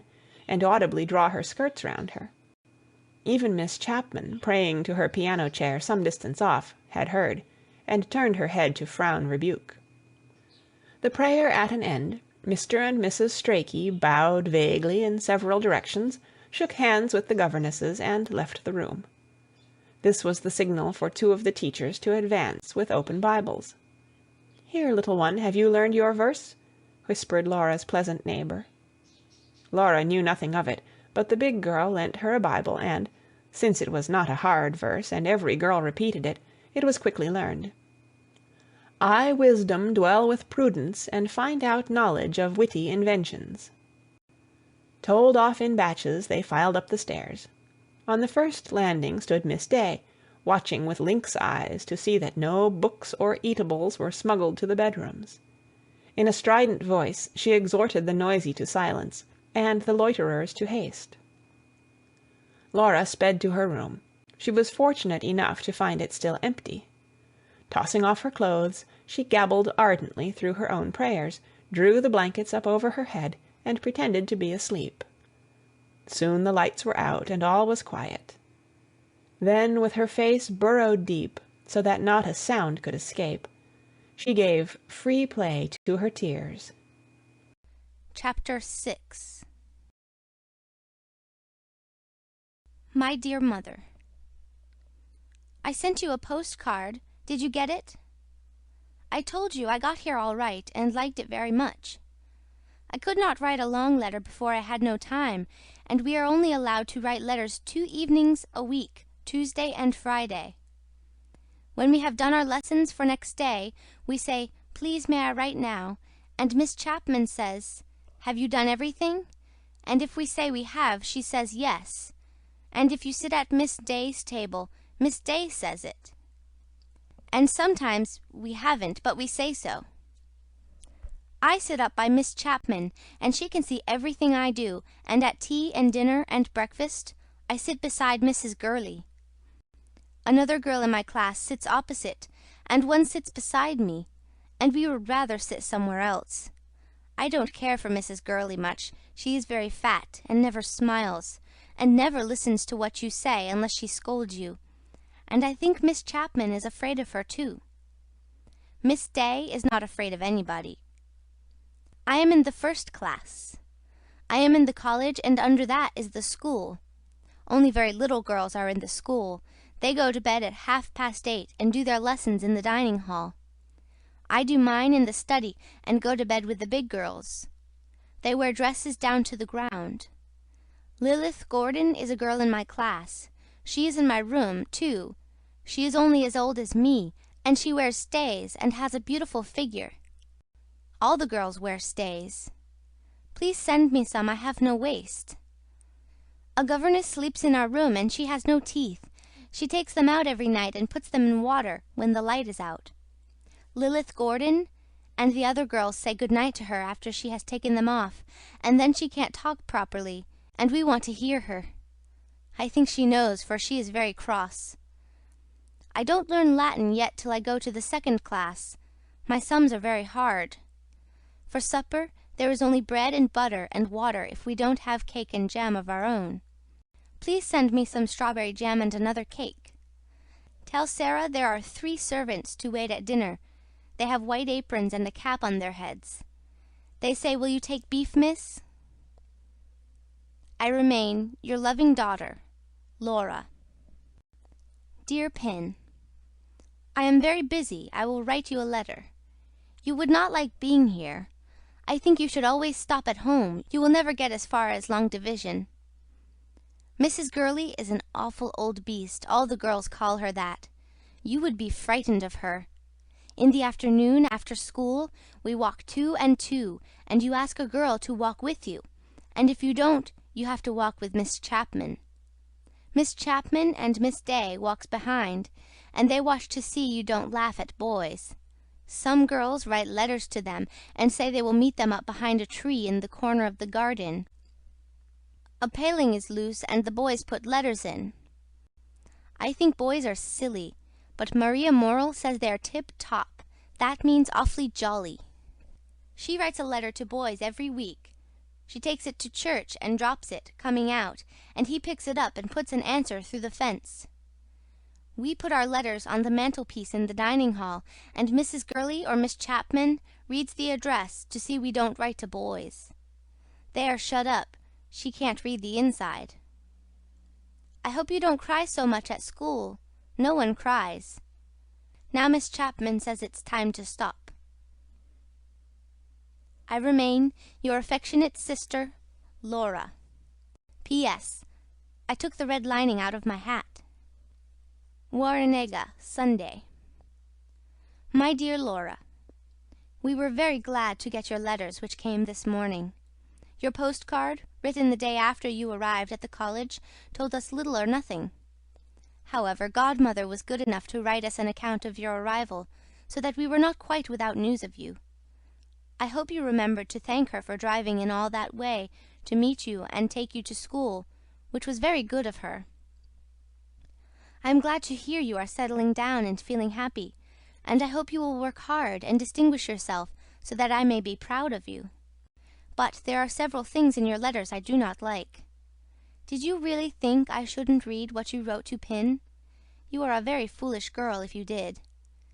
Pin, the silly child, tried to hide it away because she knew it would make me cross, but I insisted on her showing it to me, and I am ashamed of you for writing such nonsense to her.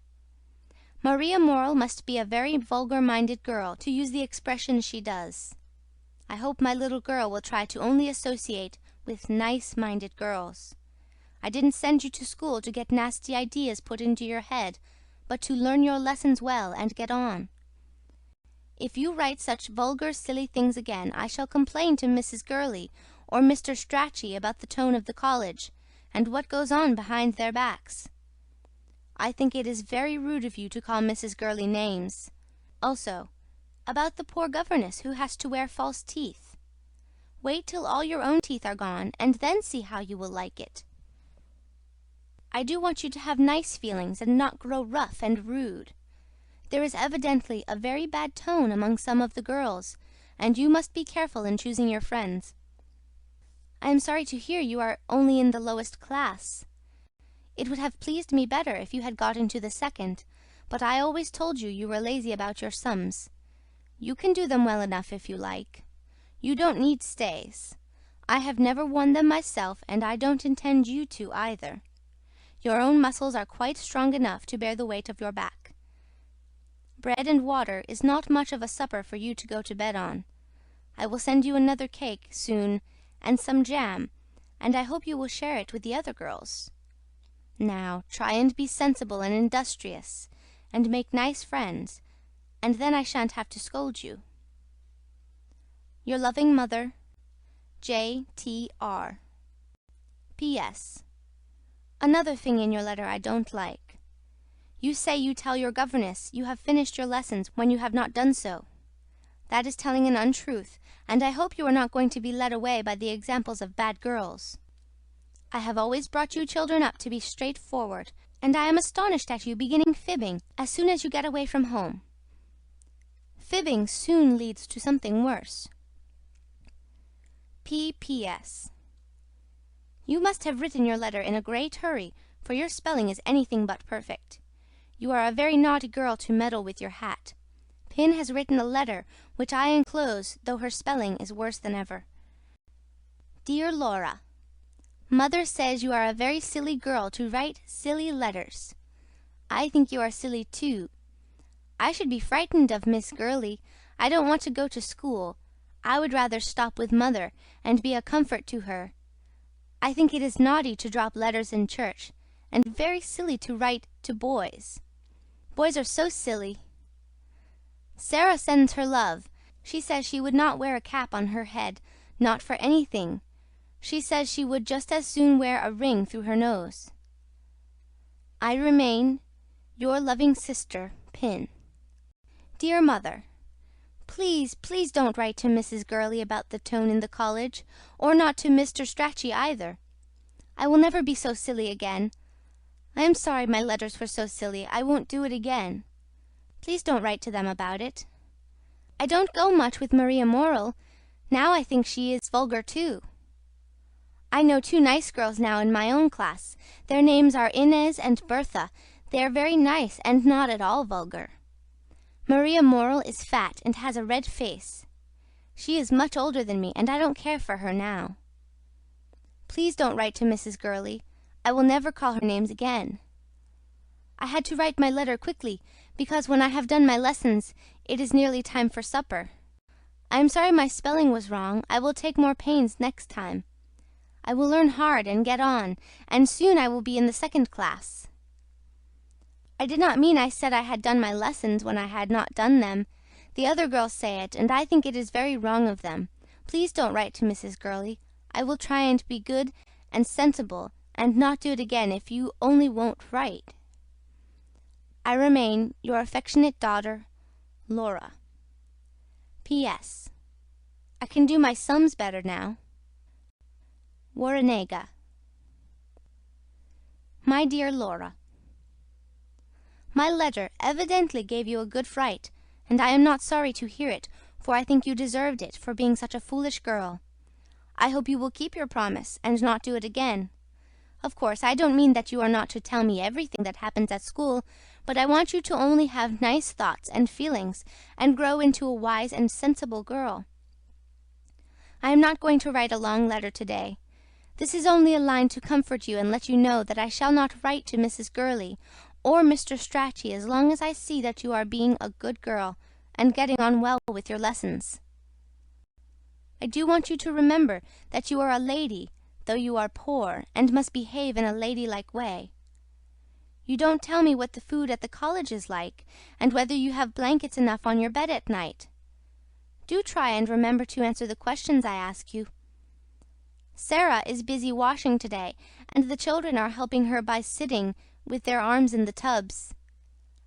I am to tell you from Pin that Maggie is molting badly and has not eaten much since you left, which is just 3 weeks today. Your loving mother. Friday. My dear Mother, I was so glad to get your letter.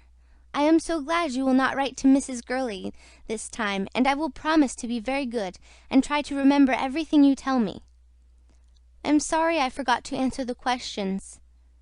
I have 2 blankets on my bed, and it is enough. The food is very nice for dinner. For tea we have to eat a lot of bread and butter. I don't care for bread much. Sometimes we have jam, but we are not allowed to eat butter and jam together. A lot of girls get up at 6 and go down to practice. They don't dress and have their bath. They just put on their dressing gowns on top of their nightgowns. I don't go down now till 7. I make my own bed. We have prayers in the morning and the evening, and prayers again when the day scholars came. I do my sums better now, I think. I shall soon be in the 2nd class. Pin's spelling was dreadful, and she is nearly 9 now, and is such a baby. The girls would laugh at her. I remain, your affectionate daughter, Laura. P.S. I parsed a long sentence without any mistakes. Chapter 7. The mornings were beginning to grow dark and chilly. Fires were laid overnight in the outer classrooms, and the junior governess, who was on early duty, having pealed the 6 o'clock bell, flitted like a gray wraith from room to room, and from one gas jet to another, among stretched, sleeping forms. And the first few minutes' grace at an end, it was a cold, unwilling pack that threw off coverlets and jumped out of bed, to tie on petticoats and snuggle into dressing-gowns and shawls, for the first approach of cooler weather was keenly felt after the summer heat. The governess blew on speedily chilblained fingers, in making her rounds of the verandas to see that each of the 20 pianos was rightly occupied, and as winter crept on, its chief outward sign an occasional thin white spread of frost, which vanished before the mighty sun of 10 o'clock, she sometimes took the occupancy for granted, and skipped an exposed room. At 8, the boarders assembled in the dining-hall for prayers and breakfast. After this, it was Mrs. Gurley's custom to drink a glass of hot water. While she sipped, she gave audience, meting out rebukes and crushing complaints, were any bold enough to offer them, standing erect behind her chair at the head of the table, supported by one or more of the staff. To suit the season she was draped in a shawl of crimson wool, which reached to the flounce of her skirt, and was borne by her portly shoulders with the grace of a past day. Beneath the shawl her dresses were built, year in, year out, on the same plan. Cut in one piece, buttoning right down the front, they fitted her like an eel-skin, rigidly outlining her majestic proportions, and always short enough to show a pair of surprisingly small, well-shod feet.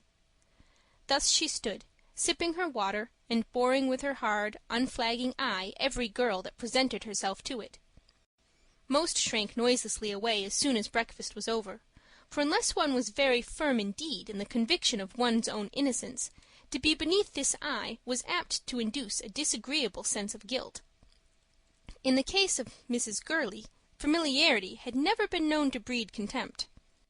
She was possessed of what was little short of genius for ruling through fear, and no more fitting overseer could have been set at the head of these 100 girls of all ages and degrees, gentle and common, ruly and unruly, children hardly out of the nursery and girls well over the brink of womanhood, whose ripe, bursting forms told their own tale. The daughters of poor ministers at reduced fees, and the spoilt heiresses of wealthy wool-brokers and squatters, whose dowries would mount to many thousands of pounds. Mrs. Gurley was equal to them all.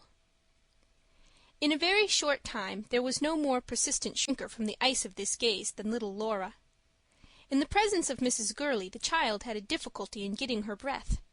Her first week of school life had been one unbroken succession of snubs and reprimands. For this, the undue familiarity of her manner was to blame. She was all too slow to grasp, being of an impulsive disposition and not naturally shy, that it was indecorous to accost Mrs. Gurley off-hand, to treat her, indeed, in any way as if she were an ordinary mortal. The climax had come one morning. It still made Laura's cheeks burn to remember it. She had not been able to master her French lesson for that day, and seeing Mrs. Gurley chatting to a governess, had gone thoughtlessly up to her and tapped her on the arm. "Mrs. Gurley, please, do you think it would matter very much if I only took half this verb today? It's coudre, and means to sew, you know, and it's so hard. I don't seem to be able to get it into my head." Before the words were out of her mouth, she saw that she had made a terrible mistake. Mrs. Gurley's face, which had been smiling, froze to stone. She looked at her arm as though the hand had bitten her, and Laura's sudden shrinking did not move her, to whom seldom any one addressed a word unbidden. "How dare you interrupt me when I am speaking?" she hissed, punctuating her words with the ominous headshakes and pauses. "The first thing, miss, for you to do will be to take a course of lessons in manners. Your present ones may have done well enough in the outhouse to which you have evidently belonged. They will not do here in the company of your betters." Above the child's head the two ladies smiled significantly at each other, assured that, after this, there would be no further want of respect. But Laura did not see them. The iron of the thrust went deep down into her soul. No one had ever yet cast a slur upon her home. Retreating to a lavatory, she cried herself nearly sick, making her eyes so red that she was late for prayers and trying to wash them white. Since that day she had never of her own free will approached Mrs. Gurley again, and even avoided those places where she was likely to be found. This was why one morning, some 3 weeks later, on discovering that she had forgotten one of her lesson books, she hesitated long before re-entering the dining-room. The governesses still clustered round their chief, and the pupils were not expected to return. But it was past 9 o'clock. In a minute the public prayer bell would ring, which united boarders, several hundred day scholars, resident and visiting teachers, in the largest classroom. And Laura did not know her English lesson. So she stole in, cautiously dodging behind the group, in a twitter lest the dreaded eyes should turn her way. It was Miss Day who spied her and demanded an explanation. "Such carelessness! You girls would forget your heads if they weren't screwed on," retorted the governess, in the dry, violent manner that made her universally disliked. Thankful to escape with this, Laura picked out her book and hurried from the room. But the thoughts of the group had been drawn to her. "The greatest little oddity we've had here for some time," pronounced Miss Day, pouting her full bust in decisive fashion. "She is indeed," agreed Miss Zielinski. "I don't know what sort of place she comes from, I'm sure," continued the former, "but it must be the end of creation. She's utterly no idea of what's what, and as for her clothes, they're fit for a Punch and Judy show." "She's had no training either. Stupid, I call her," chimed in one of the younger governesses, whose name was Miss Snodgrass. "She doesn't know the simplest things, and her spelling is awful. And yet, do you know, at history the other day, she wanted to hold forth about how London looked at Elizabeth's reign, when she didn't know a single one of the dates." "She can say some poetry," said Miss Zielinski, "and she's read Scott." One and all shook their heads at this, and Mrs. Gurley went on shaking hers, and smiling grimly. "Ah, the way gels are brought up nowadays," she said. "There was no such thing in my time. We were made to learn what would be of some use, and to help us afterwards." Elderly Mrs. Chapman twiddled her chain. "I hope I did right, Mrs. Gurley. She had 1 week's early practice, but she looked so white all day after it that I haven't put her down for it again. I hope I did right?" "Oh, well, we don't want them ill, you know," replied Mrs. Gurley, in the rather irresponsive tone she adopted towards Miss Chapman. "As long as it isn't mere laziness." "I don't think she's lazy," said Miss Chapman. "At least, she takes great pains with her lessons at night." This was true. Laura tried her utmost, with an industry born of despair. For the comforting assurance of speedy promotion, which she had given Mother, had no root in fact. These early weeks only served to reduce, bit by bit, her belief in her own knowledge. How slender this was, and of how little use to her in her new state, she did not dare to confess, even to herself. Her disillusionment had begun the day after her arrival, when Dr. Bugson, the headmaster, to whom she had gone to be examined in arithmetic, flung up hands of comical dismay at her befogged attempts to solve the mysteries of long division. An upper class was taking a lesson in Euclid, and in the intervals between her mazy reckonings she had stolen glances at the master. A tiny little nose was as if squashed flat on his face, above a grotesquely expressive mouth, which displayed every one of a splendid set of teeth.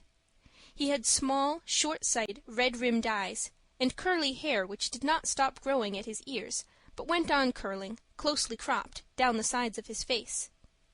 He taught at the top of his voice, thumped the blackboard with a pointer, was biting at the expense of a pupil who confused the angle BFC with the angle BFG, a moment later to volley forth a broad Irish joke which convulsed the class.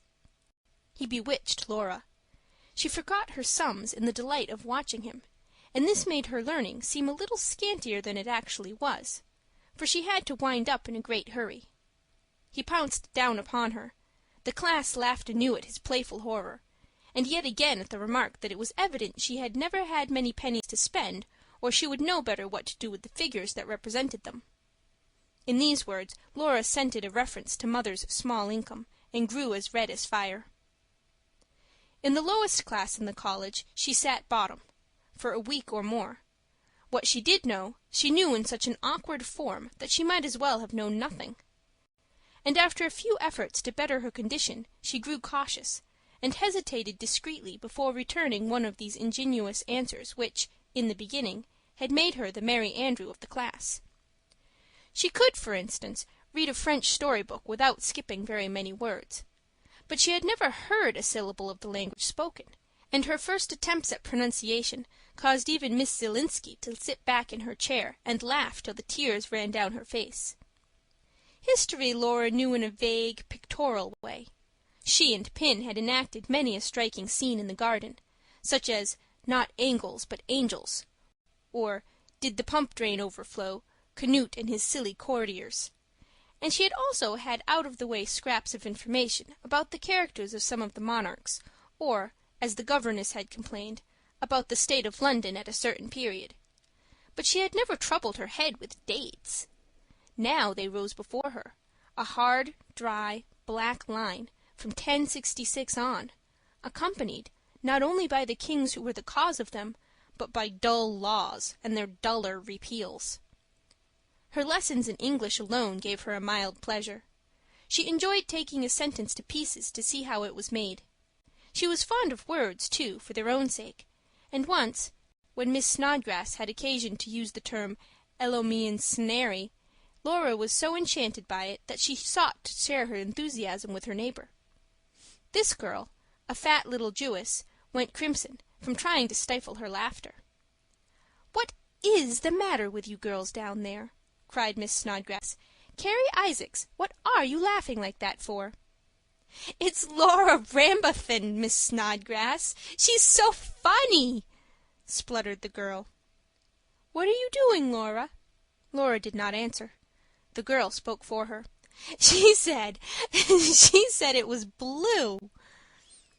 "Blue? What's blue?" snapped Miss Snodgrass. "That word. She said it was so beautiful, and that it was blue." "I didn't. Gray blue, I said," murmured Laura, her cheeks aflame. The class rocked. Even Miss Snodgrass herself had to join in the laugh while she hushed and reproved. And sometimes after this, when a particularly long or odd word occurred in the lesson, she would turn to Laura and say jocosely, "Now, Laura, come on, tell us what color that is. Red and yellow, don't you think?"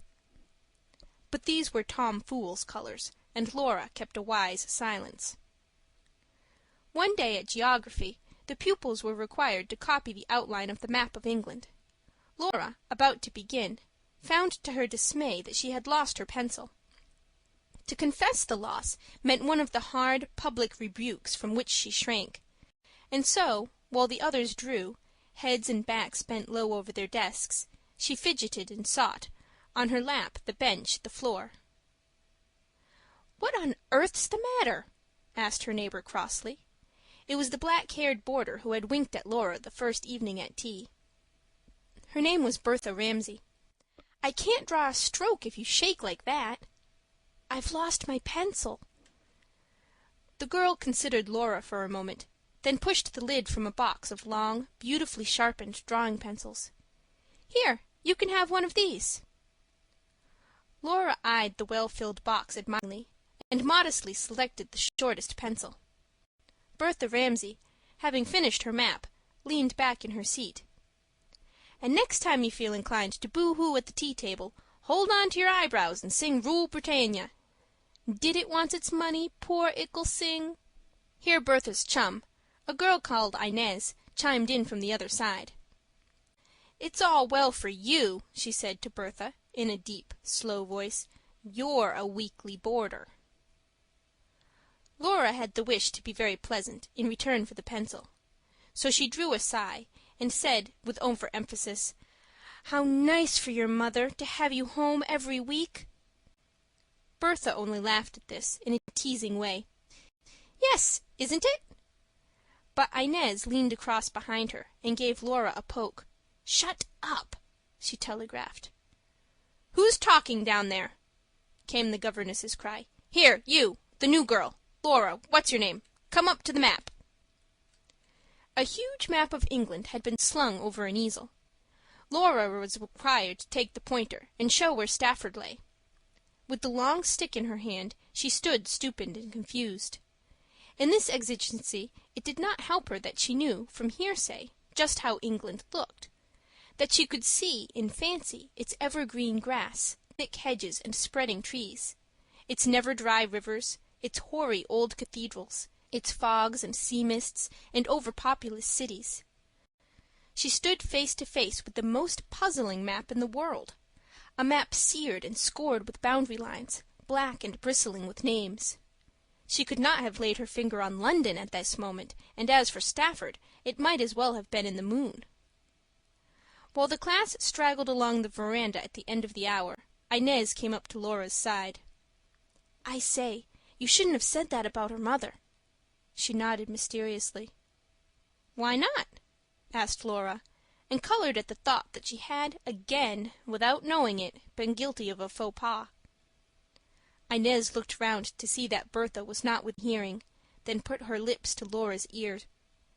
"She drinks." Laura gaped incredulous at the girl, her young eyes full of horror. From actual experience, she hardly knew what drunkenness meant. She had hitherto associated it only with the lowest class of Irish agricultural laborer, or with those dreadful white women who lived, by choice, in Chinese camps. That there could exist a mother who drank was unthinkable, outside the bounds of nature. "Oh, how awful!" she gasped, and turned pale with excitement. Inez could not help giggling at the effect produced by her words. The new girl was a rum stick, and no mistake. But as Laura's consternation persisted, she veered about. "Oh, well, I don't know for certain if that's it, but there's something awfully queer about her." "Oh, how do you know?" asked her breathless listener, mastered by a morbid curiosity. "I've been there, at Vaucluse, from a Sunday till Monday. She came in to lunch, and she only talked to herself, not to us. She tried to eat mustard with her pudding, too, and her meat was cut up in little pieces for her. I guess if she'd had a knife, she'd have cut our throats." "Oh!" was all Laura could get out. "I was so frightened, my mother said I shouldn't go again." "Oh, I hope she doesn't ask me. What shall I do if she does?" "Look out, here she comes. Don't say a word. Bertha's awfully ashamed of it," said Inez, and Laura had just time to give a hasty promise. "Hullo, you two! What are you gassing about?" cried Bertha, and dealt out a couple of her rough and friendly punches. "I say, who's on for a race up the garden?"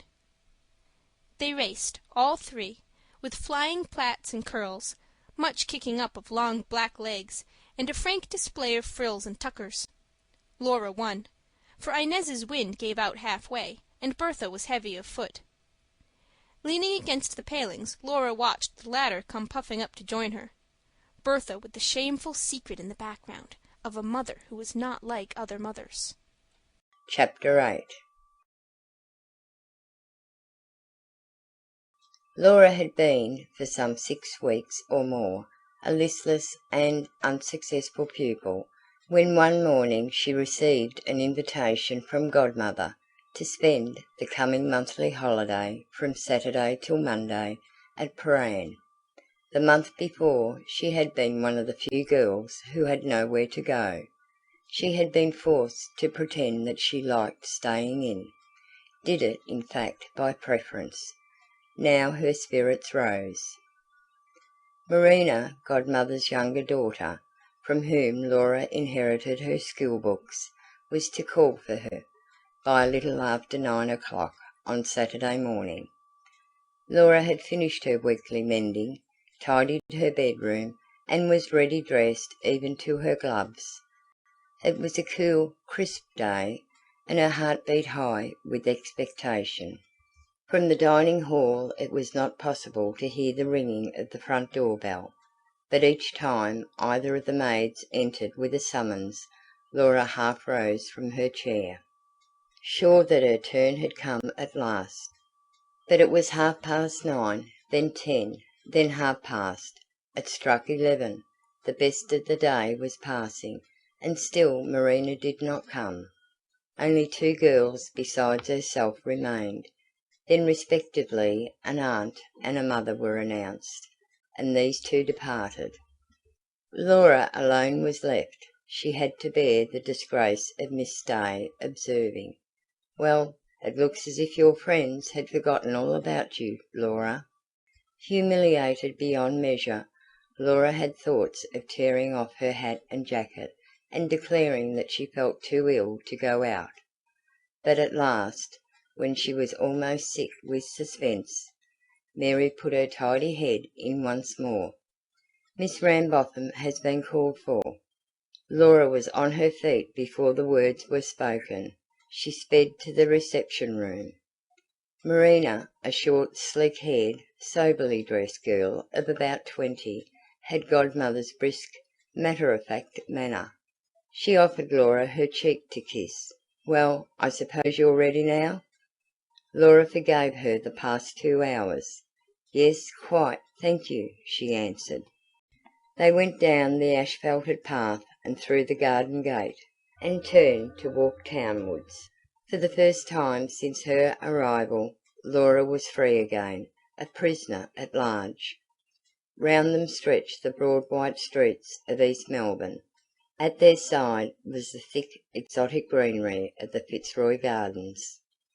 On the brow of the hill rose the massive proportions of the Roman Catholic Cathedral. Laura could have danced as she walked at Marina's side. After a few queries, however, as to how she liked school and how she was getting on with her lessons, Marina fell to contemplating a strip of paper that she held in her hand. Laura gathered that her companion had combined the task of calling for her with a morning shopping, and that she had only worked half through her list of commissions before arriving at the college. At the next corner they got on to the outside car of a cable tramway, and were carried into town. Here Marina entered a cooperative grocery store, where she was going to give an order for a quarter's supplies. She was her mother's housekeeper, and had an incredible knowledge of groceries, as well as a severely practical mind.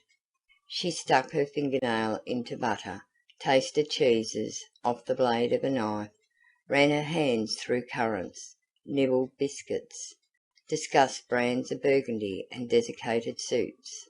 Laura meanwhile looking on, from a high, uncomfortable chair, with a somewhat hungry envy. When everything, down to pepper and salt, had been remembered, Marina filled in a cheque, and was just about to turn away, when she recollected an affair of some empty cases, which she wished to send back. Another 10 minutes' parley ensued. She had to see the manager, and was closeted with him in his office, so that by the time they emerged into the street again a full hour had gone by. "Getting hungry?" she inquired of Laura. "A little, but I can wait," answered Laura politely. "That's right," said Marina, off whose appetite the edge had no doubt been taken by her various nibblings. "Now there's only the chemist." They rode to another street, entered a druggist's, and the same thing on a smaller scale was repeated, except that here Marina did no tasting, but for a stray gelatine or jujube. By the time the shop door closed behind them, Laura could almost have eaten licorice powder. It was 2 o'clock, and she was faint with hunger.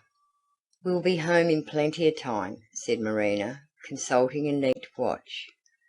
"Dinner's not till 3 today, because of father." Again a tramway jerked them forward. Some half-mile from their destination Marina rose. "We'll get out here. I have to call at the butcher's." At 2:45 it was a very white-faced, exhausted little girl that followed her companion into the house. "Well, I guess you'll have a fine healthy appetite for dinner," said Marina, as she showed her where to hang up her hat and wash her hands. Godmother was equally optimistic.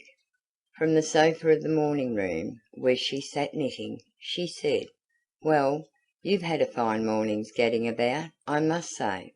How are you? And how's your dear mother?" "Quite well, thank you." Godmother scratched her head with a spare needle, and the attention she had had for Laura evaporated.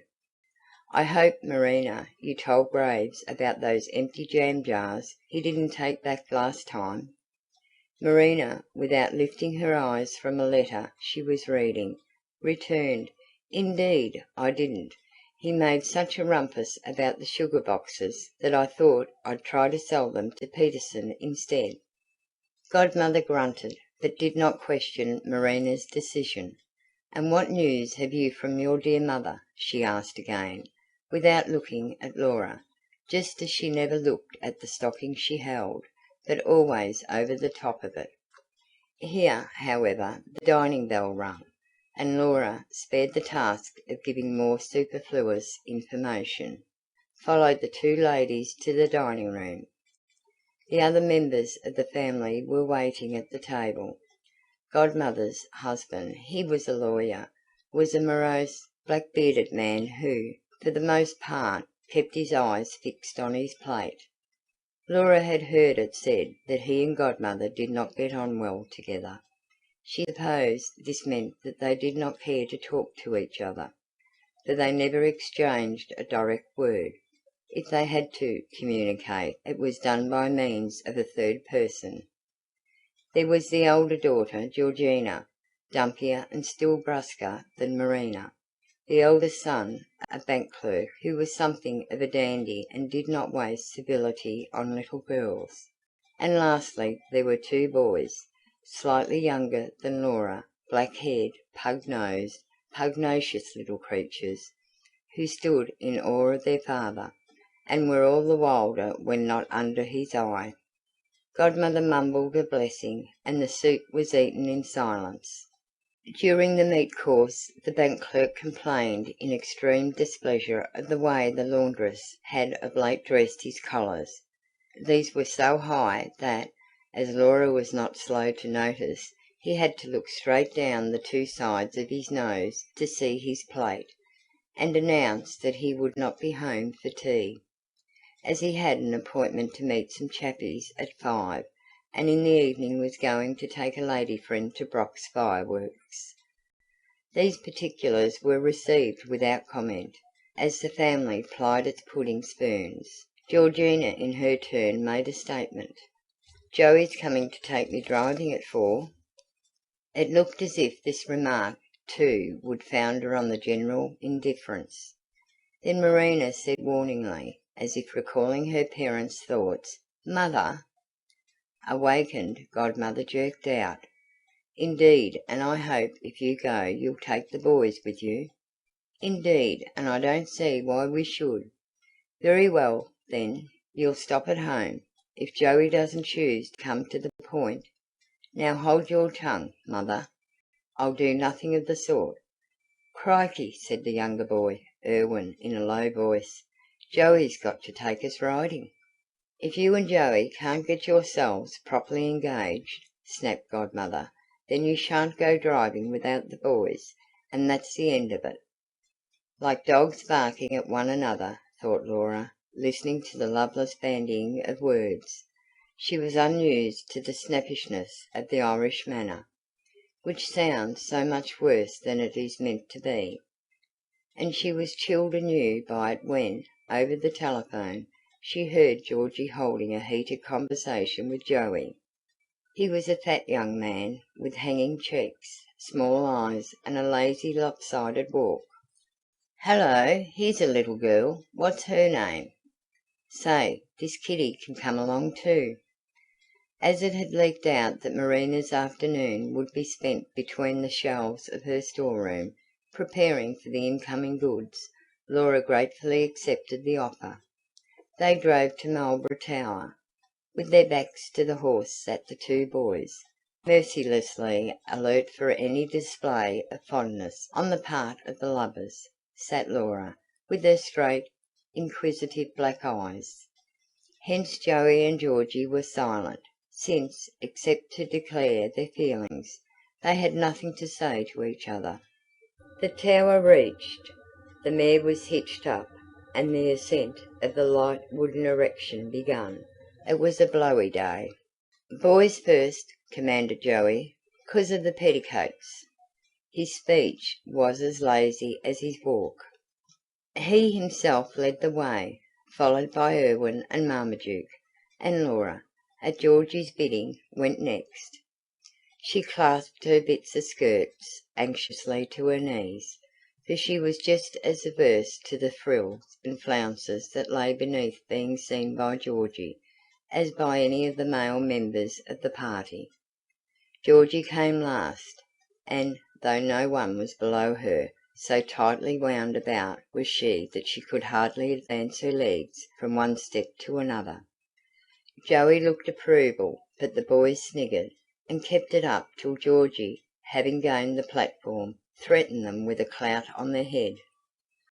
On the return journey a dispute arose between the lovers. It related to the shortest road home, waxed hot, and was rapidly taking on the dimensions of a quarrel, when the piebald mare shied at a traction engine and tried to bolt. Joey gripped the reins and passed his free arm round Georgie's waist. "Don't be frightened, darling." Though the low chaise rocked from side to side, and there seemed a likelihood of its capsizing, the two boys squirmed with laughter, and dealt out sundry nudges, kicks and pokes, all of which were received by Laura, sitting between them. She herself turned red with embarrassment. At the same time she wondered why Joey should believe George was afraid. There was no sign of it in Georgie's manner. She sat stolid and unmoved. Besides, she, Laura, was only a little girl, and felt no fear. She also asked herself why Joey should suddenly grow concerned about Georgie, when, a moment before, they had been so rude to each other. These were interesting speculations, and the chaise having ceased to sway, Laura grew meditative. In the evening Godmother had a visitor, and Laura sat in a low chair, listening to the ladies talk. It was dull work, for, much as she liked to consider herself almost grown up, she yet detested the conversation of real grown-ups with a child's heartiness. She was glad when 9 o'clock struck and Marina, lighting a candle, told her to go to bed. The next day was Sunday. Between breakfast and church time yawned 2 long hours. Georgie went to a Bible class. Marina was busy with orders for the dinner. It was a bookless house, like most Australian houses of its kind. In Marina's bedroom alone stood a small bookcase containing school and Sunday school prizes. Laura was very fond of reading, and as she dressed that morning had cast longing looks at these volumes, had evenly shyly fingered the glass doors. But they were locked. Breakfast over, she approached Marina on the subject. The latter produced the key, but only after some haggling, for her idea of books was to keep the gilt on their covers untarnished. "Well, at any rate it must be a Sunday book," she said ungraciously. She drew out the giant cities of Basham and Syria's holy places, and with this Laura retired to the drawing-room, where Godmother was already settled for the day, with a suitable magazine.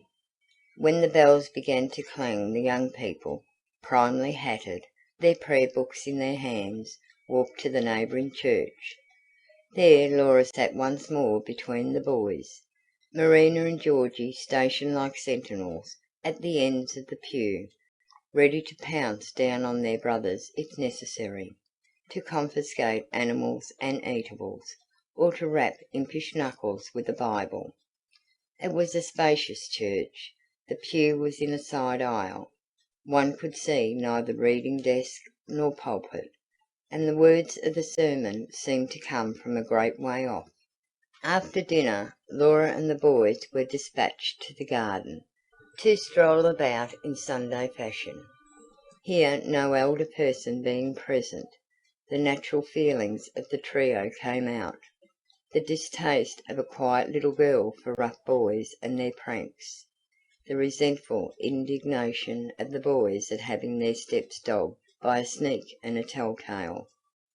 As soon as they had rounded the tennis court and were out of sight of the house, Erwin and Marmaduke clambered over the palings and dropped into the street, vowing a mysterious vengeance on Laura if she went indoors without them. The child sat down on the edge of the lawn under a mulberry tree and propped her chin on her hands. She was too timid to return to the house and brave things out. She was also afraid of someone coming into the garden and finding her alone, and of her then being forced to tell, for most of all she feared the boys, and their vague, rude threats. So she sat and waited, and waited. The shadows on the grass changed their shapes before her eyes. Distant chapel bells tinkled their quarter of an hour, and were still again. The blighting torpor of a Sunday afternoon lay over the world. Would tomorrow ever come? She counted on her fingers the hours that had still to crawl by before she could get back to school, counted twice over to be sure of them, and all but yawned her head off with ennui. But time passed, and nothing happened. She was on the verge of tears when two black heads bobbed up above the fence. The boys scrambled over, red and breathless, and hurried her into tea. She wakened next morning at daybreak, so eager was she to set out, but Marina had 101 odd jobs to do before she was ready to start, and it struck 9:30 as the two of them neared the college. Childlike, Laura felt no special gratitude for the heavy pot of mulberry jam Marina bore on her arm, but at sight of the stern, grey stone building she could have danced with joy, and on the front door swinging to behind her, she drew a deep sigh of relief. Chapter 9. From this moment on, the moment when Mary, the maid's pleasant smile saluted her, Laura's opinion of life at school suffered a change. She was glad to be back. That was the first point. Just as an adventurous sheep is glad to regain the cover of the flock. Learning might be hard, the governesses mercilessly secure in their own wisdom, but here she was at least a person of some consequence, instead of as at godmother's a more negligible null. Of her unlucky essay at holiday making she wrote home guardedly. The most telltale sentence in her letter was that in which she said she would rather not go to godmother's again in the meantime. But there was such a lack of warmth in her account of the visit that mother made this, together with the above remark, the text for a scolding. "You're a very ungrateful girl," she wrote, "to forget all godmother has done for you. If it hadn't been for her supplying you with books and things I couldn't have sent you to school at all. And I hope when you grow up you'll be as much of a help to me as Marina is to her mother. I'd much rather have you good and useful than clever, and I think for a child of your age you see things with very sharp, unkind eyes. Try and only think nice things about people and not be always spying out their faults. Then you'll have plenty of friends and be liked wherever you go." Laura took the statement about the goodness and cleverness with a grain of salt. She knew better. Mother thought it the proper thing to say, and she would certainly have preferred the two qualities combined, but, had she been forced to choose between them, there was small doubt how her choice would have fallen out. And if, for instance, Laura confessed that her teachers did not regard her as even passable intelligent, there would be a nice to-do. Mother's ambitions knew no bounds, and, wounded in these, she was quite capable of writing post-haste to Mrs. Gurley or Mr. Strachey, complaining of their want of insight, and bringing forward a string of embarrassing proofs. So, leaving Mother to her pleasing illusions, Laura settled down again to her role of dunce, now, though, with more equanimity than before. School was really not a bad place after all. This had for some time been her growing conviction, and the visit to Godmother seemed to bring it to a head. About this time, too, a couple of pieces of good fortune came her way. The first, she was privileged to be third in the friendship between Inez and Bertha, a favour of which she availed herself eagerly, though the three were as different from one another as three little girls could be.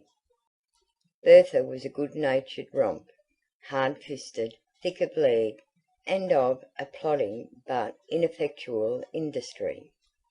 Inez, on the other hand, was so pretty that Laura never tired of looking at her. She had a pale skin, hazel eyes, brown hair with a yellow light in it, and a Greek nose. Her mouth was very small, her nostrils were mere tiny slits, and so lazy was she that she seldom more than half opened her eyes. Both girls were well over 14, and very fully developed. Compared with them, Laura was like nothing so much as a skinny young colt. She was so grateful to them for tolerating her that she never took up a stand of real equality with them, proud and sensitive. She was always ready to draw back and admit their prior rights to each other. Hence, the friendship did not advance to intimacy. But such as it was very comforting. She no longer needed to sit alone in recess. She could link arms and walk the garden with complacency, and many were the supercilious glances she now threw at Maria Morell and that clique, for her new friends belonged socially to the best set in the school. In another way, too, their company made things easier for her. Neither of them aimed high, and both were well content with the lowly places they occupied in the class. And so Laura, who was still, in her young confusion, unequal to discovering what was wanted of her, grew comforted by the presence and support of her friends, and unmindful of higher opinion, and Miss Chapman, in supervising evening lessons, remarked with genuine regret that little Laura was growing perky and lazy. Her second piece of good luck was of quite a different nature. Miss Hicks, the visiting governess for geography, had a gift for saying biting things that really bit. She bore Inez a peculiar grudge, for she believed that certain faculties slumbered behind the Grecian profile, and that only the girls, ingrained sloth, prevented them. One day she lost patience with this sluggish pupil. "I'll tell you what it is, Inez," she said. "You're blessed with a real woman's brain, vague, slippery, inexact, interested only in the personal aspect of a thing. You can't concentrate your thoughts, and worst of all, you've no curiosity about anything that really matters. You take all the great facts of existence on trust, just as a hen does, and I've no doubt you'll go on contentedly till the end of your days. without ever knowing why the ocean has tides, and what causes the seasons. It makes me ashamed to belong to the same sex." Inez's classmates tittered furiously, let the sarcasm glide over them, unhit by its truth.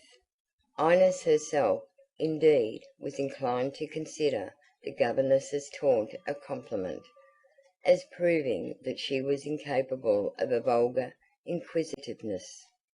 But Laura, though she laughed docilely with the rest, could not forget the incident. Words in any case had a way of sticking to her memory, and what Miss Hicks had said often came back to her in the days that followed. And then, all of a sudden, just as if an invisible hand had opened the door to an inner chamber, a light broke on her. Vague, slippery, inexact, interested only in the personal, every word struck home. Had Miss Hicks set out to describe her? In particular, she could not have done it more accurately. It was but too true. Until now, she, Laura, had been satisfied to know things in a slip-slop, razzle-dazzle way, to know them anyhow, as it best suited herself. She had never set to work to master a subject, to make it her own in every detail. Bits of it, picturesque scraps, striking features, what Miss Hicks no doubt meant by the personal, were all that had attracted her. Oh, and she, too, had no intelligent curiosity. She could not say that she had ever teased her brains with wondering why the earth went round the sun, and not the sun round the earth. Honestly speaking, it made no difference to her that the globe was indented like an orange, and not the perfect round you began by believing it to be. But if this were so, if she were forced to make these galling admissions, then it was clear that her vaunted cleverness had never existed, except in mother's imagination. Or, at any rate, it had crumbled to pieces like a lump of earth, under the hard, heavy hand of Miss Hicks. Laura felt humiliated, and could not understand her companions treating the matter so airily. She did not want to have a woman's brain, thank you, not one of that sort, and she smarted for the whole class. Straightway she set to work to sharpen her wits, to follow the straight road, at first with some stumbling, of course, and frequent backslidings. Intellectual curiosity could not, she discovered, be awakened to order, and she often caught herself napping. Thus, though, she speedily became one of the most troublesome askers why. Her desire for information was apt to exhaust itself in putting the question, and she would forget to listen to the answer. Besides, for the life of her she could not drum up more interest in, say, the course of the Gulf Stream, or the formation of a plateau, than in the fact that, when Nellie Bristow spoke, little bubbles came out of her mouth, and that she needed to swallow twice as often as other people, or that when Miss Hicks grew angry her voice had a way of failing, at the crucial moment, and flattening out to nothing, just as if one struck tin after brass. No, it was, indeed, difficult for Laura to invert the value of these things. In another direction she did better, by dint of close attention, of pondering both the questions asked by Miss Hicks and the replies made by the cleverest pupils. She began to see more clearly where true knowledge lay. It was facts that were wanted of her, facts that were the real test of learning, facts she was expected to know. Stories, pictures of things, would not help her an inch along the road. Thus it was not the least use in the world to her to have seen the snowy top of Mount Kosciuszko stand out against a dark blue evening sky, and to know its shape to a tittle pin.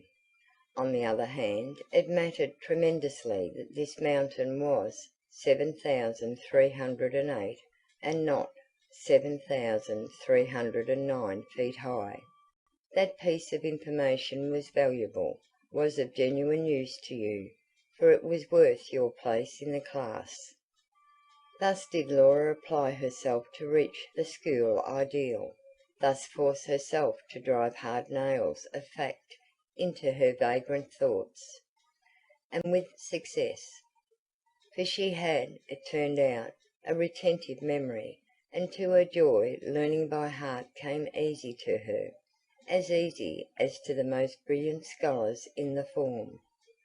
From now on she gave this talent full play, memorizing even pages of the history book in her zeal, and before many weeks had passed, in all lessons except those in arithmetic, you could not, alas, get sums by rote. She was separated from Inez and Bertha by the width of the class. But neither her taste of friendship and its comforts, nor the abrupt change for the better in her class fortunes, could counterbalance Laura's luckless knack of putting her foot in it. This she continued to do, in season and out of season, and not with the authorities alone. There was, for instance, that unfortunate evening when she was one of the batch of girls invited to Mrs. Strachey's drawing room. Laura, ignorant of what it meant to be blasée, had received her note of invitation with a thrill, and even enjoyed writing, in her best hand, the prescribed formula of acceptance. But she was alone in this. By the majority of her companions these weekly parties were frankly hated, the chief reason being that every guest was expected to take a piece of music with her. Even the totally unfit had to show what they could do, and the fact that cream tarts were served for supper was not held to square accounts. "It's all very well for you," grumbled Laura's roommate, Lilith Gordon, as she lathered her thick white arms and neck before dressing. "You're a new girl. You probably won't be asked." Laura did not give the matter a second thought. Hastily selecting a volume of music, she followed the rest of the white dresses into the passage. The senior girl tapped at the drawing-room door. It was opened by no other than the principal himself. In the girl's eyes, Mr. Strachey stood over 6 feet in his stocking soles.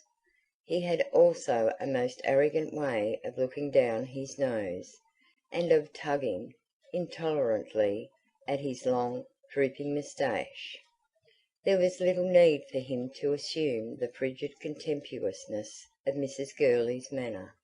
His mere presence, the very unseeingness of his gaze, inspired awe. Tales ran of his wrath, where it roused, but few had experienced it. He quelled the high spirits of these young colonials by his dignified air of detachment. Now, however, he stood there affable and smiling, endeavouring to put a handful of awkward girls at their ease. But neither his nor Mrs. Strachey's efforts availed. It was impossible for the pupils to throw off, at will, the crippling fear that governed their relations with the principal. To them, his amiability resembled the antics of an uncertain-tempered elephant, with which you could never feel safe. Besides, on this occasion it was a young batch, and of particularly mixed stations.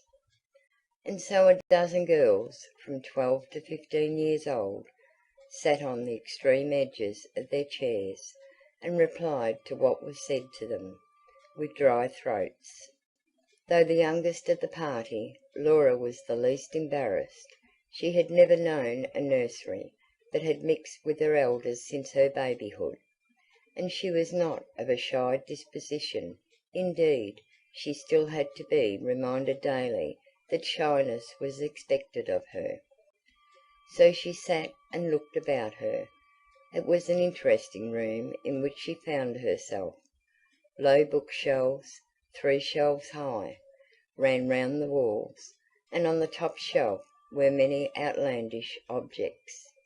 What an evening it would have been had Mr. Strachey invited them to examine these ornaments, or to handle the books, instead of having to pick up a little here and there by chance. From the shelves, her eyes strayed to the pictures on the walls. One in particular struck her fancy. It hung over the mantelpiece, and was a man's head seen in profile, with a long hooked nose, and wearing a kind of peaked cap. But that was not all. Behind this head were other profiles of the same face, and seeming to come out of clouds. Laura stared hard, but could make nothing of it, and meanwhile her companions were rising with sickly smiles, to seat themselves, red as turkey cocks' combs, on the piano stool, where with cold, stiff fingers they stumbled through the movement of a sonata or sonatina. It was Lilith Gordon who broke the chain by offering to sing. The diversion was welcomed by Mrs. Strachey, and Lilith went to the piano. But her nervousness was such that she broke down halfway in the little prelude to the ballad. Mrs. Strachey came to the rescue. "It's so difficult, is it not, to accompany oneself?" she said kindly. "Perhaps one of the others would play for you?" No one moved. "Do any of you know the song?" 2 or 3 ungraciously admitted the knowledge, but none volunteered. It was here Laura chimed in. "I could play it," she said, and coloured at the sound of her own voice. Mrs. Strachey looked doubtfully at the thin little girl. "Do you know it, dear? You're too young for singing, I think." "No, I don't know it, but I could play it from sight. It's quite easy." Everyone looked disbelieving, especially the unhappy singer. "I've played much harder things than that," continued Laura. "Well, perhaps you might try," said Mrs. Strachey, with the ingrained distrust of the unmusical. Laura rose and went to the piano, where she conducted the song to a successful ending. Mrs. Strachey looked relieved. "Very nice indeed." And to Laura, "Did you say you didn't know it, dear?" "No, I never saw it before." Again the lady looked doubtful. "Well, perhaps you would play us something yourself now." Laura had no objection. She had played to people before her fingers were long enough to cover the octave. She took the volume of Thalberg she had brought with her, selected "Home, Sweet Home", and pranced in. Her audience kept utter silence, but, had she been a little sharper, she would have grasped that it was the silence of amazement. After the prim sonatinas that had gone before, Thalberg's florid ornaments had a shameless sound. Her performance, moreover, was a startling one. The forte pedal was held down throughout. The big chords were crashed and banged with all the strength a pair of 12-year-old arms could put into them, and wrong notes were freely scattered. Still, rhythm and melody were well marked, and there was no mistaking the agility of the small fingers. Dead silence, too, greeted the conclusion of the piece. Several girls were very red, from trying not to laugh. The principal tugged at his moustache in abstracted fashion. Laura had reached her seat again before Mrs. Strachey said undecidedly, "Thank you, dear. Did you learn that piece here?" Laura saw nothing wrong. "Oh, no, at home," she answered. "I wouldn't care to play the things I learn here to people. They're so dull." A girl emitted a faint squeak, but a half turn of Mrs. Strackey's head subdued her. "Oh, I hope you will soon get to like classical music also," said the lady gravely, and in all good faith.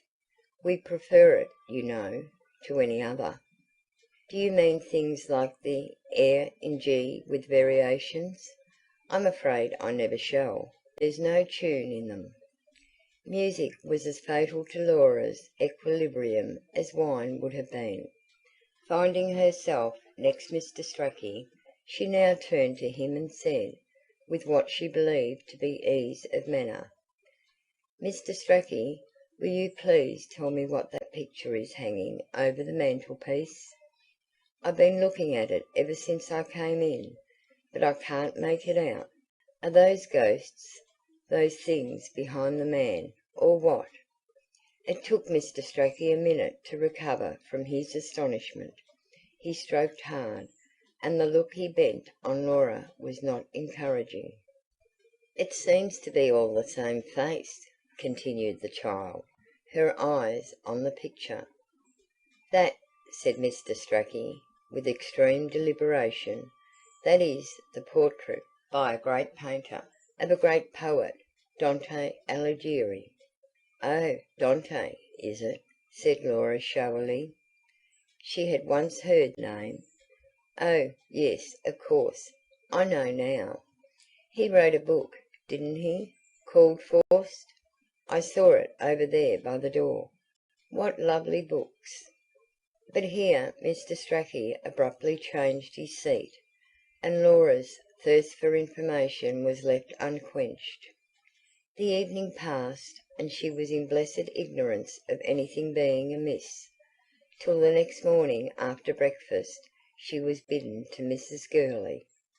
A quarter of an hour later, on her emerging from the ladies' private sitting room, her eyes were mere swollen slits in her face. Instead, however, of sponging them in cold water and bravely joining her friends, Laura was still foolish enough to hide and have her cry out, so that when the bell rang, she was obliged to go into public prayers looking a prodigious fright, and thereby advertising to the curious what had taken place. Mrs. Gurley had crushed and humiliated her.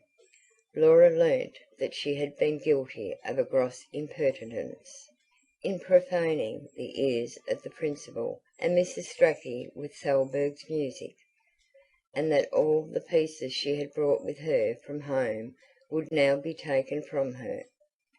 Secondly, Mr. Strachey had been so unpleasantly impressed by the boldness of her behaviour that she would not be invited to the drawing-room again for some time to come.